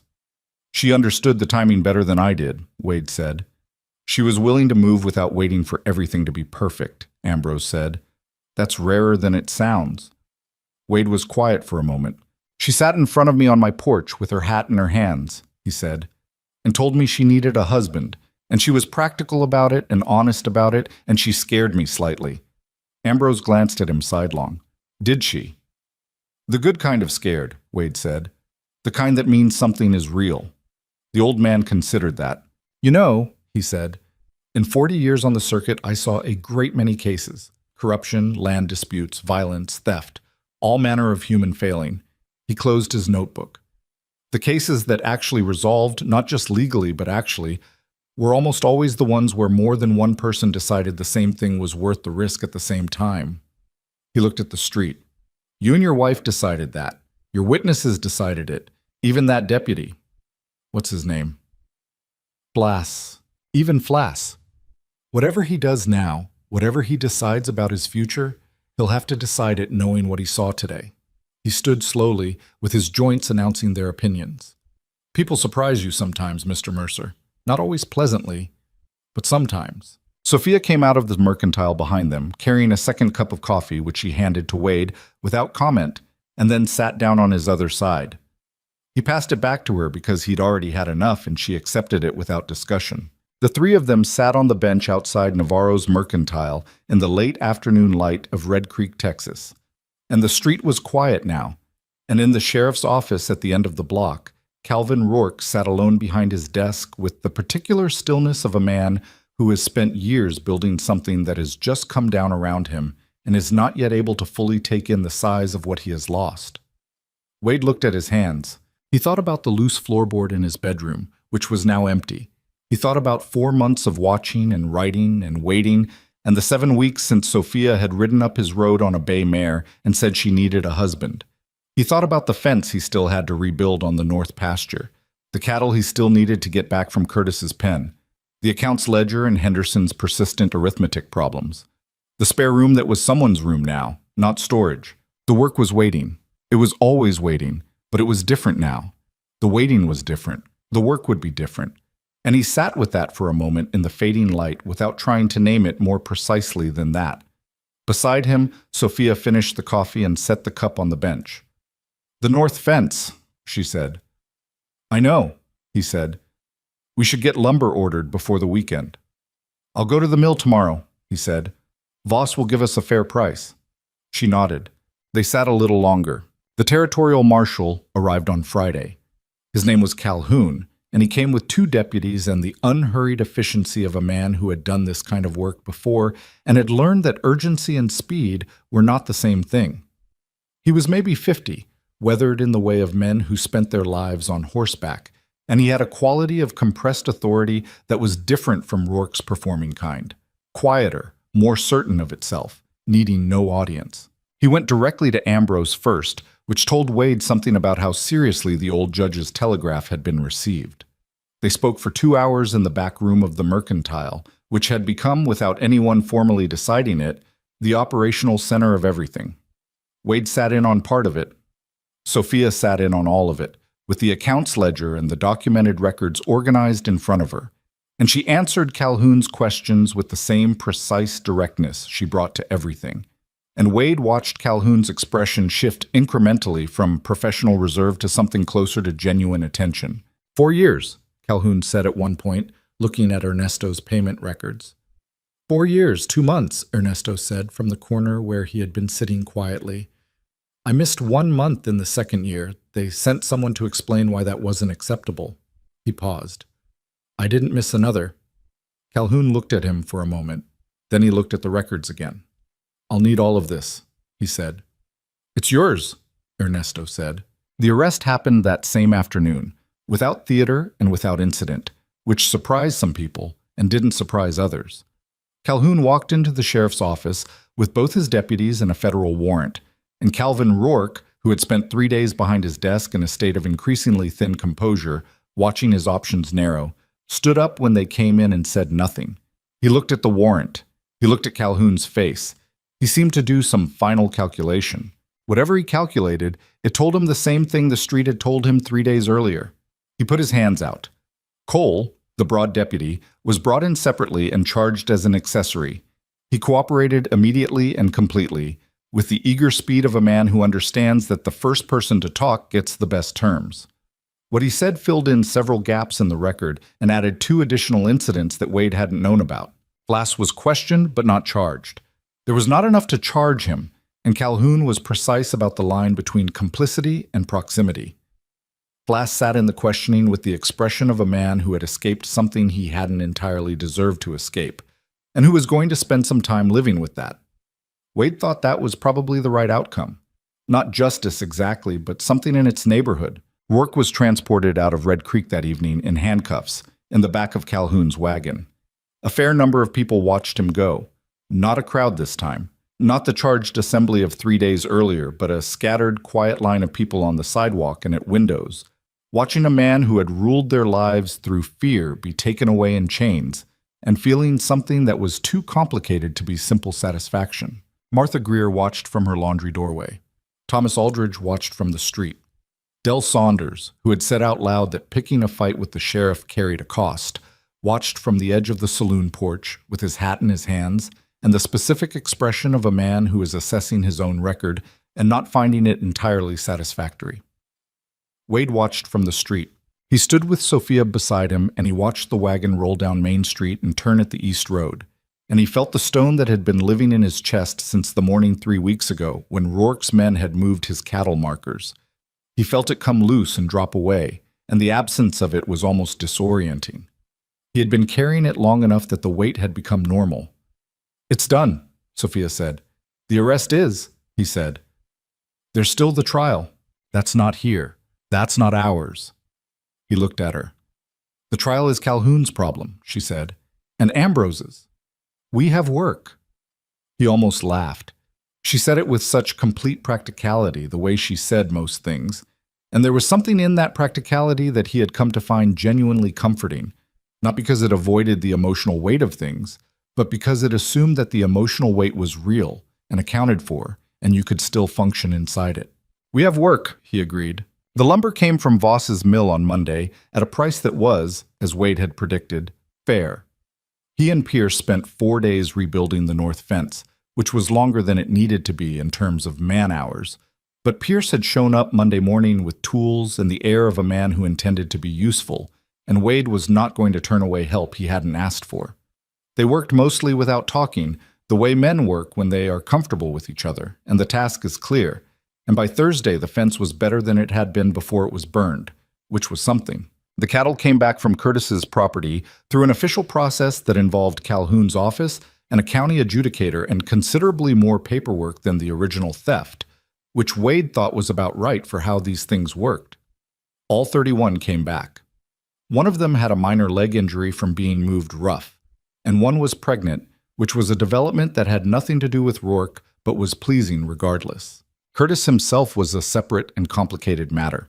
He had been cooperating with Rourke for 2 years, but the nature of that cooperation turned out to be more fear than greed. Rourke had leverage on him from an earlier land dispute, and when that leverage was removed, the man seemed to deflate, like something that had been held up by pressure and couldn't stand on its own. He came to Wade's ranch one morning, uninvited, and stood at the gate, and Wade went out to meet him. He was a slight man, younger than Wade had expected, with the burnt-out look of someone who hadn't slept well in a long time. "I know there's nothing I can say," Curtis said. "No," Wade agreed. "I want to give back what I can. The grazing boundary with Pierce, whatever needs signing, I'll sign." Wade looked at him for a moment. "Pierce will want to hear that from you directly," he said. "I know." Curtis looked at his hat. "I know he will." "Go see him," Wade said. "Today, not next week." Curtis nodded and rode away, and Wade watched him go and felt the complexity of the situation settle on him. The way real events don't organize themselves into clean categories of villain and victim, how people get caught in the machinery of someone else's corruption and come out ground down and smaller, and what you do with that. He didn't forgive Curtis. He also didn't feel particularly interested in punishing him further. Some people were just too broken to be useful enemies. He went back to the fence. Pierce came by that evening, and Wade told him about Curtis. Pierce was quiet for a long moment. "He'll sign the papers?" Pierce said. "He said so." "That's my land," Pierce said, not with anger, just with the factual weight of someone naming something true. 2 years I've been without it." "I know." Pierce looked out at the pasture. "I'll go see him," he said. "But I'm not shaking his hand." "You don't have to shake his hand," Wade said. "You just need his signature." Pierce went the next day. The papers were signed. The county adjudicator processed the boundary correction within 2 weeks, which was, as these things went, remarkably fast. Wade suspected Calhoun had made a call. The question of Red Creek's sheriff was resolved by the county appointing a temporary deputy from the Millfield office while a proper election was organized. The temporary deputy was a woman in her 40s named Ruth Galloway, who had worked law enforcement for 12 years and who arrived in Red Creek with a calm professionalism that was so different from Rourke's performing authority that people weren't quite sure how to relate to her at first. She asked reasonable questions and enforced reasonable things and didn't take money from anyone. And gradually, as weeks passed, people adjusted to what law enforcement looked like when it was functioning the way it was supposed to. The informal tax stopped, obviously, completely, immediately. Several merchants who had been paying it came forward in the weeks after Rourke's arrest to add their accounts to the official record, including 2 that Wade hadn't known about. And the cumulative figure that Calhoun's office eventually compiled was a number large enough that even people who had suspected the scale of things were surprised by it. Hector Flass left Red Creek in the 3rd week after the arrest. He came to the ranch the morning he left, which surprised Wade, and he stood at the gate in his civilian clothes with his horse loaded and his badge gone from his chest. "I'm going back to Millfield," he said. "My mother's place." "All right," Wade said. "I wanted to—" Flass stopped, started again. "I knew it wasn't right.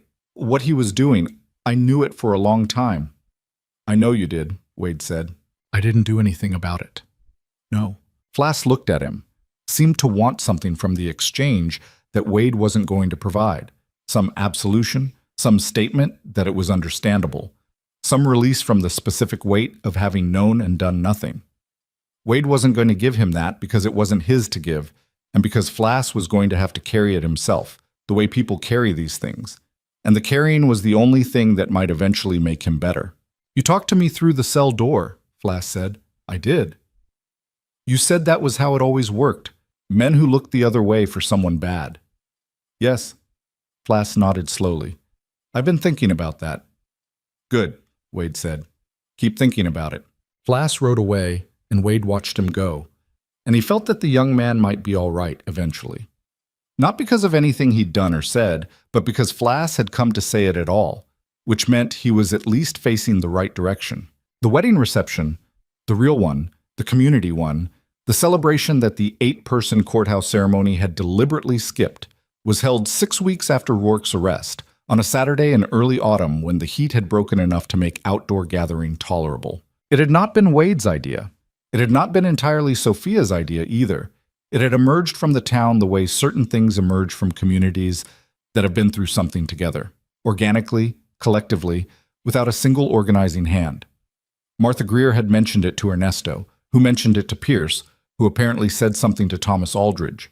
And somewhere in that chain of mentions, it became a plan, and then it became a fact, and Wade and Sophia were informed rather than consulted. Wade had mild objections, which Sophia overruled with 4 words: let them do it. He thought about that for a moment. All right, he said. It was held in the field behind the mercantile, which was large enough for the crowd that showed up, which was larger than either of them expected. Nearly the whole town, it seemed, or near enough that the exceptions were the exceptions and not the rule. Tables borrowed from the church hall. Food brought by what seemed like every woman in Red Creek who owned a pot, which produced an abundance of dishes that were not uniformly excellent, but were offered with such genuine warmth that the quality was beside the point. Pierce came. Voss came with his wife, a small, energetic woman who hugged Sophia on arrival with the assumption of existing friendship, and Sophia, to her own apparent surprise, hugged her back without hesitation. Holland and Dietz came.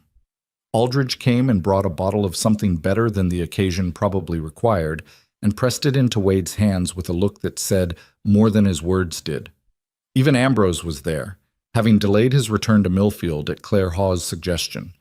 They arrived together and stayed the whole evening, and Ambrose ate 3 plates of food and seemed entirely content about it.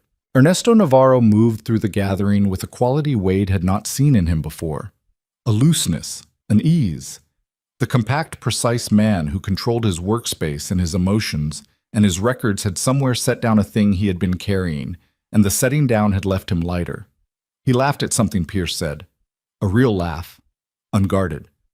He danced with his daughter to the fiddle music someone had organized, awkwardly, the way fathers dance with daughters, and Sophia looked both embarrassed and thoroughly happy about it, which was its own kind of wonderful to see. Wade stood at the edge of it for a while, watching. He was not a man who was comfortable being celebrated. He had lived too long in the habit of invisibility to find public attention anything but slightly disorienting. People came to him throughout the evening, shook his hand, said things that were warm and genuine and sometimes slightly too large for him to know how to receive. And he accepted all of it as graciously as he knew how, which was not always gracefully. And he was honest enough with himself to recognize that the discomfort was not the whole of what he felt. He also felt, somewhere underneath the discomfort, something that he did not have a precise word for and did not try to name too directly. Something like belonging. Something like being seen by a place, which was different from being seen by a person. Wider, less personal, and in some ways more disorienting for that. He had lived in this county for 11 years. He had worked this land and paid his debts and kept his word and said please and thank you at the mercantile counter, and all of that time he had told himself that what he had was enough: the work, the land, the quiet. That wanting more was a kind of foolishness he had outgrown. He had been wrong about that, he understood now. Not wrong that the work was real or that the land mattered. Wrong that those things were sufficient. Wrong that a person could build something solid in isolation and call it complete.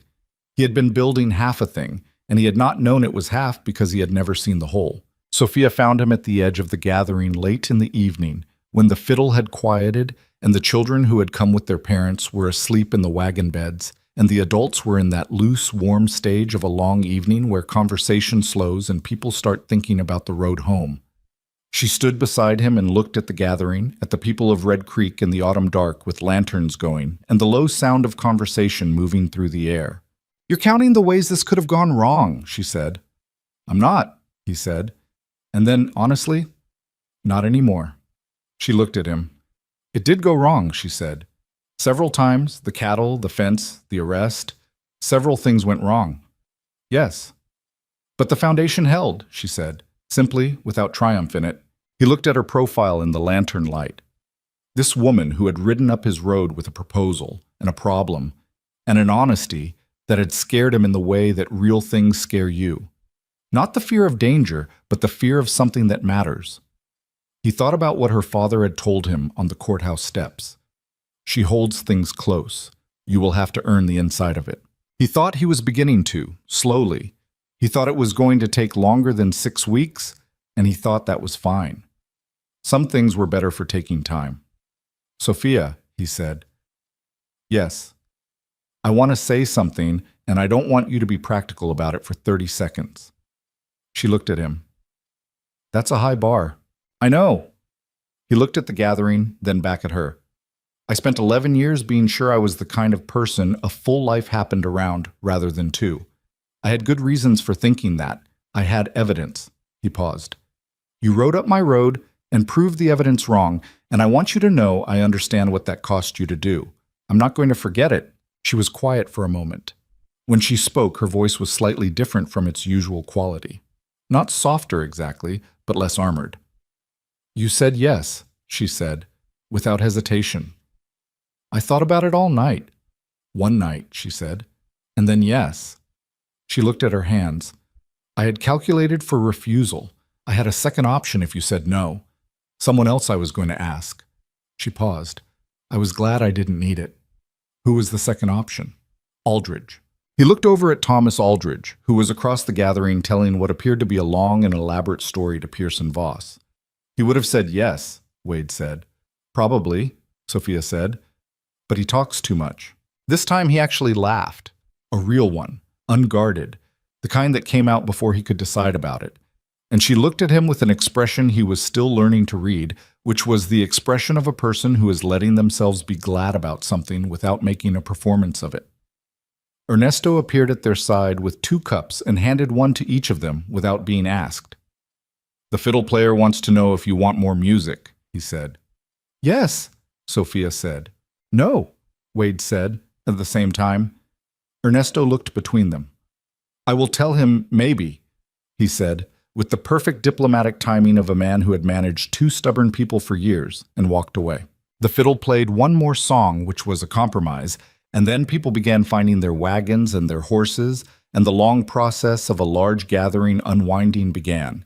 People saying goodbyes that ran longer than necessary because nobody quite wanted to be the first one to leave a night that had been, in the plain and unadorned sense of the word, good. They got home late. The ranch was dark when they pulled up, and Wade lit the lantern on the porch while Sophia got down from the wagon, and the windmill was turning in a light breeze, and the cattle in the south pasture were quiet, and the rebuilt fence on the north line stood straight and solid in the dark. He looked at the fence for a moment. 4 days of work with Pierce, better than the original. There was something in that. Not a moral exactly, more an observation about the nature of things that get broken and get rebuilt. Sometimes the rebuilt version is just a rebuilt version and carries the scar of what was lost. Sometimes you do it right, and it comes out stronger than it started. He wasn't sure which category this fence fell into. He wasn't sure which category most things fell into. Life, he had learned, did not organize itself into clean lessons. It just accumulated. Work and loss and unexpected arrivals and mornings that started before sunrise and evenings that ended later than expected, and the long, slow discovery that the things you built in isolation were incomplete not because they were badly made, but because they were made for one. And the world, at some point, had more than one person in it. Sophia was at the door, waiting. Wade, she said. Coming, he said.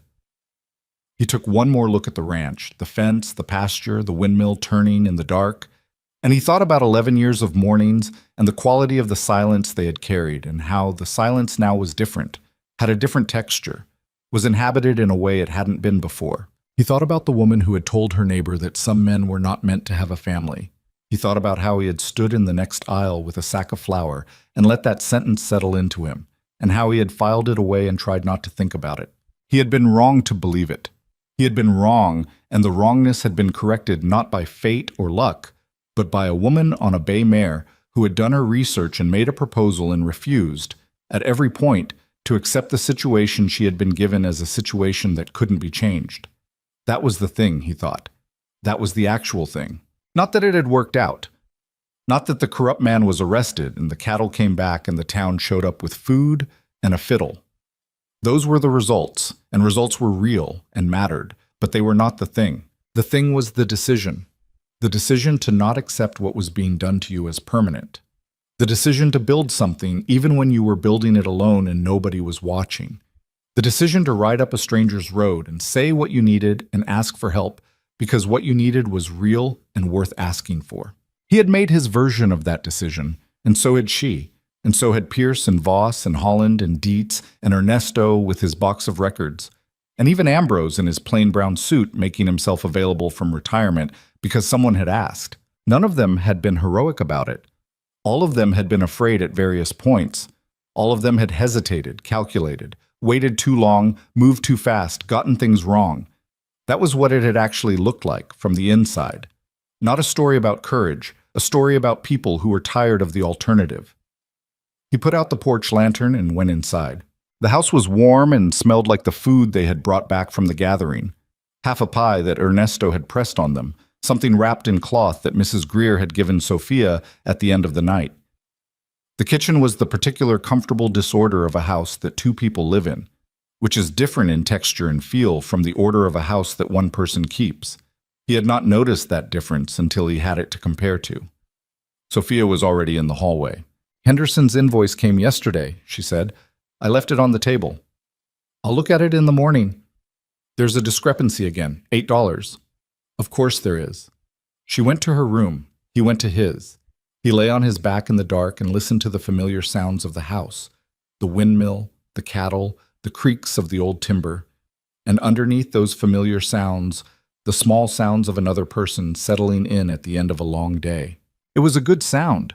He had not known before that it would be. He closed his eyes. Outside, Red Creek settled into the quiet of a late autumn night, and the north fence stood straight in the dark. And the 31 cattle, plus one pregnant, whose calf would arrive before winter, moved slow and indifferent through the south pasture, and the windmill turned in a steady breeze that came down off the ridge and moved across the county and touched everything in it equally, the way weather does. Wade Mercer slept without difficulty. That was enough. That was, in fact, everything.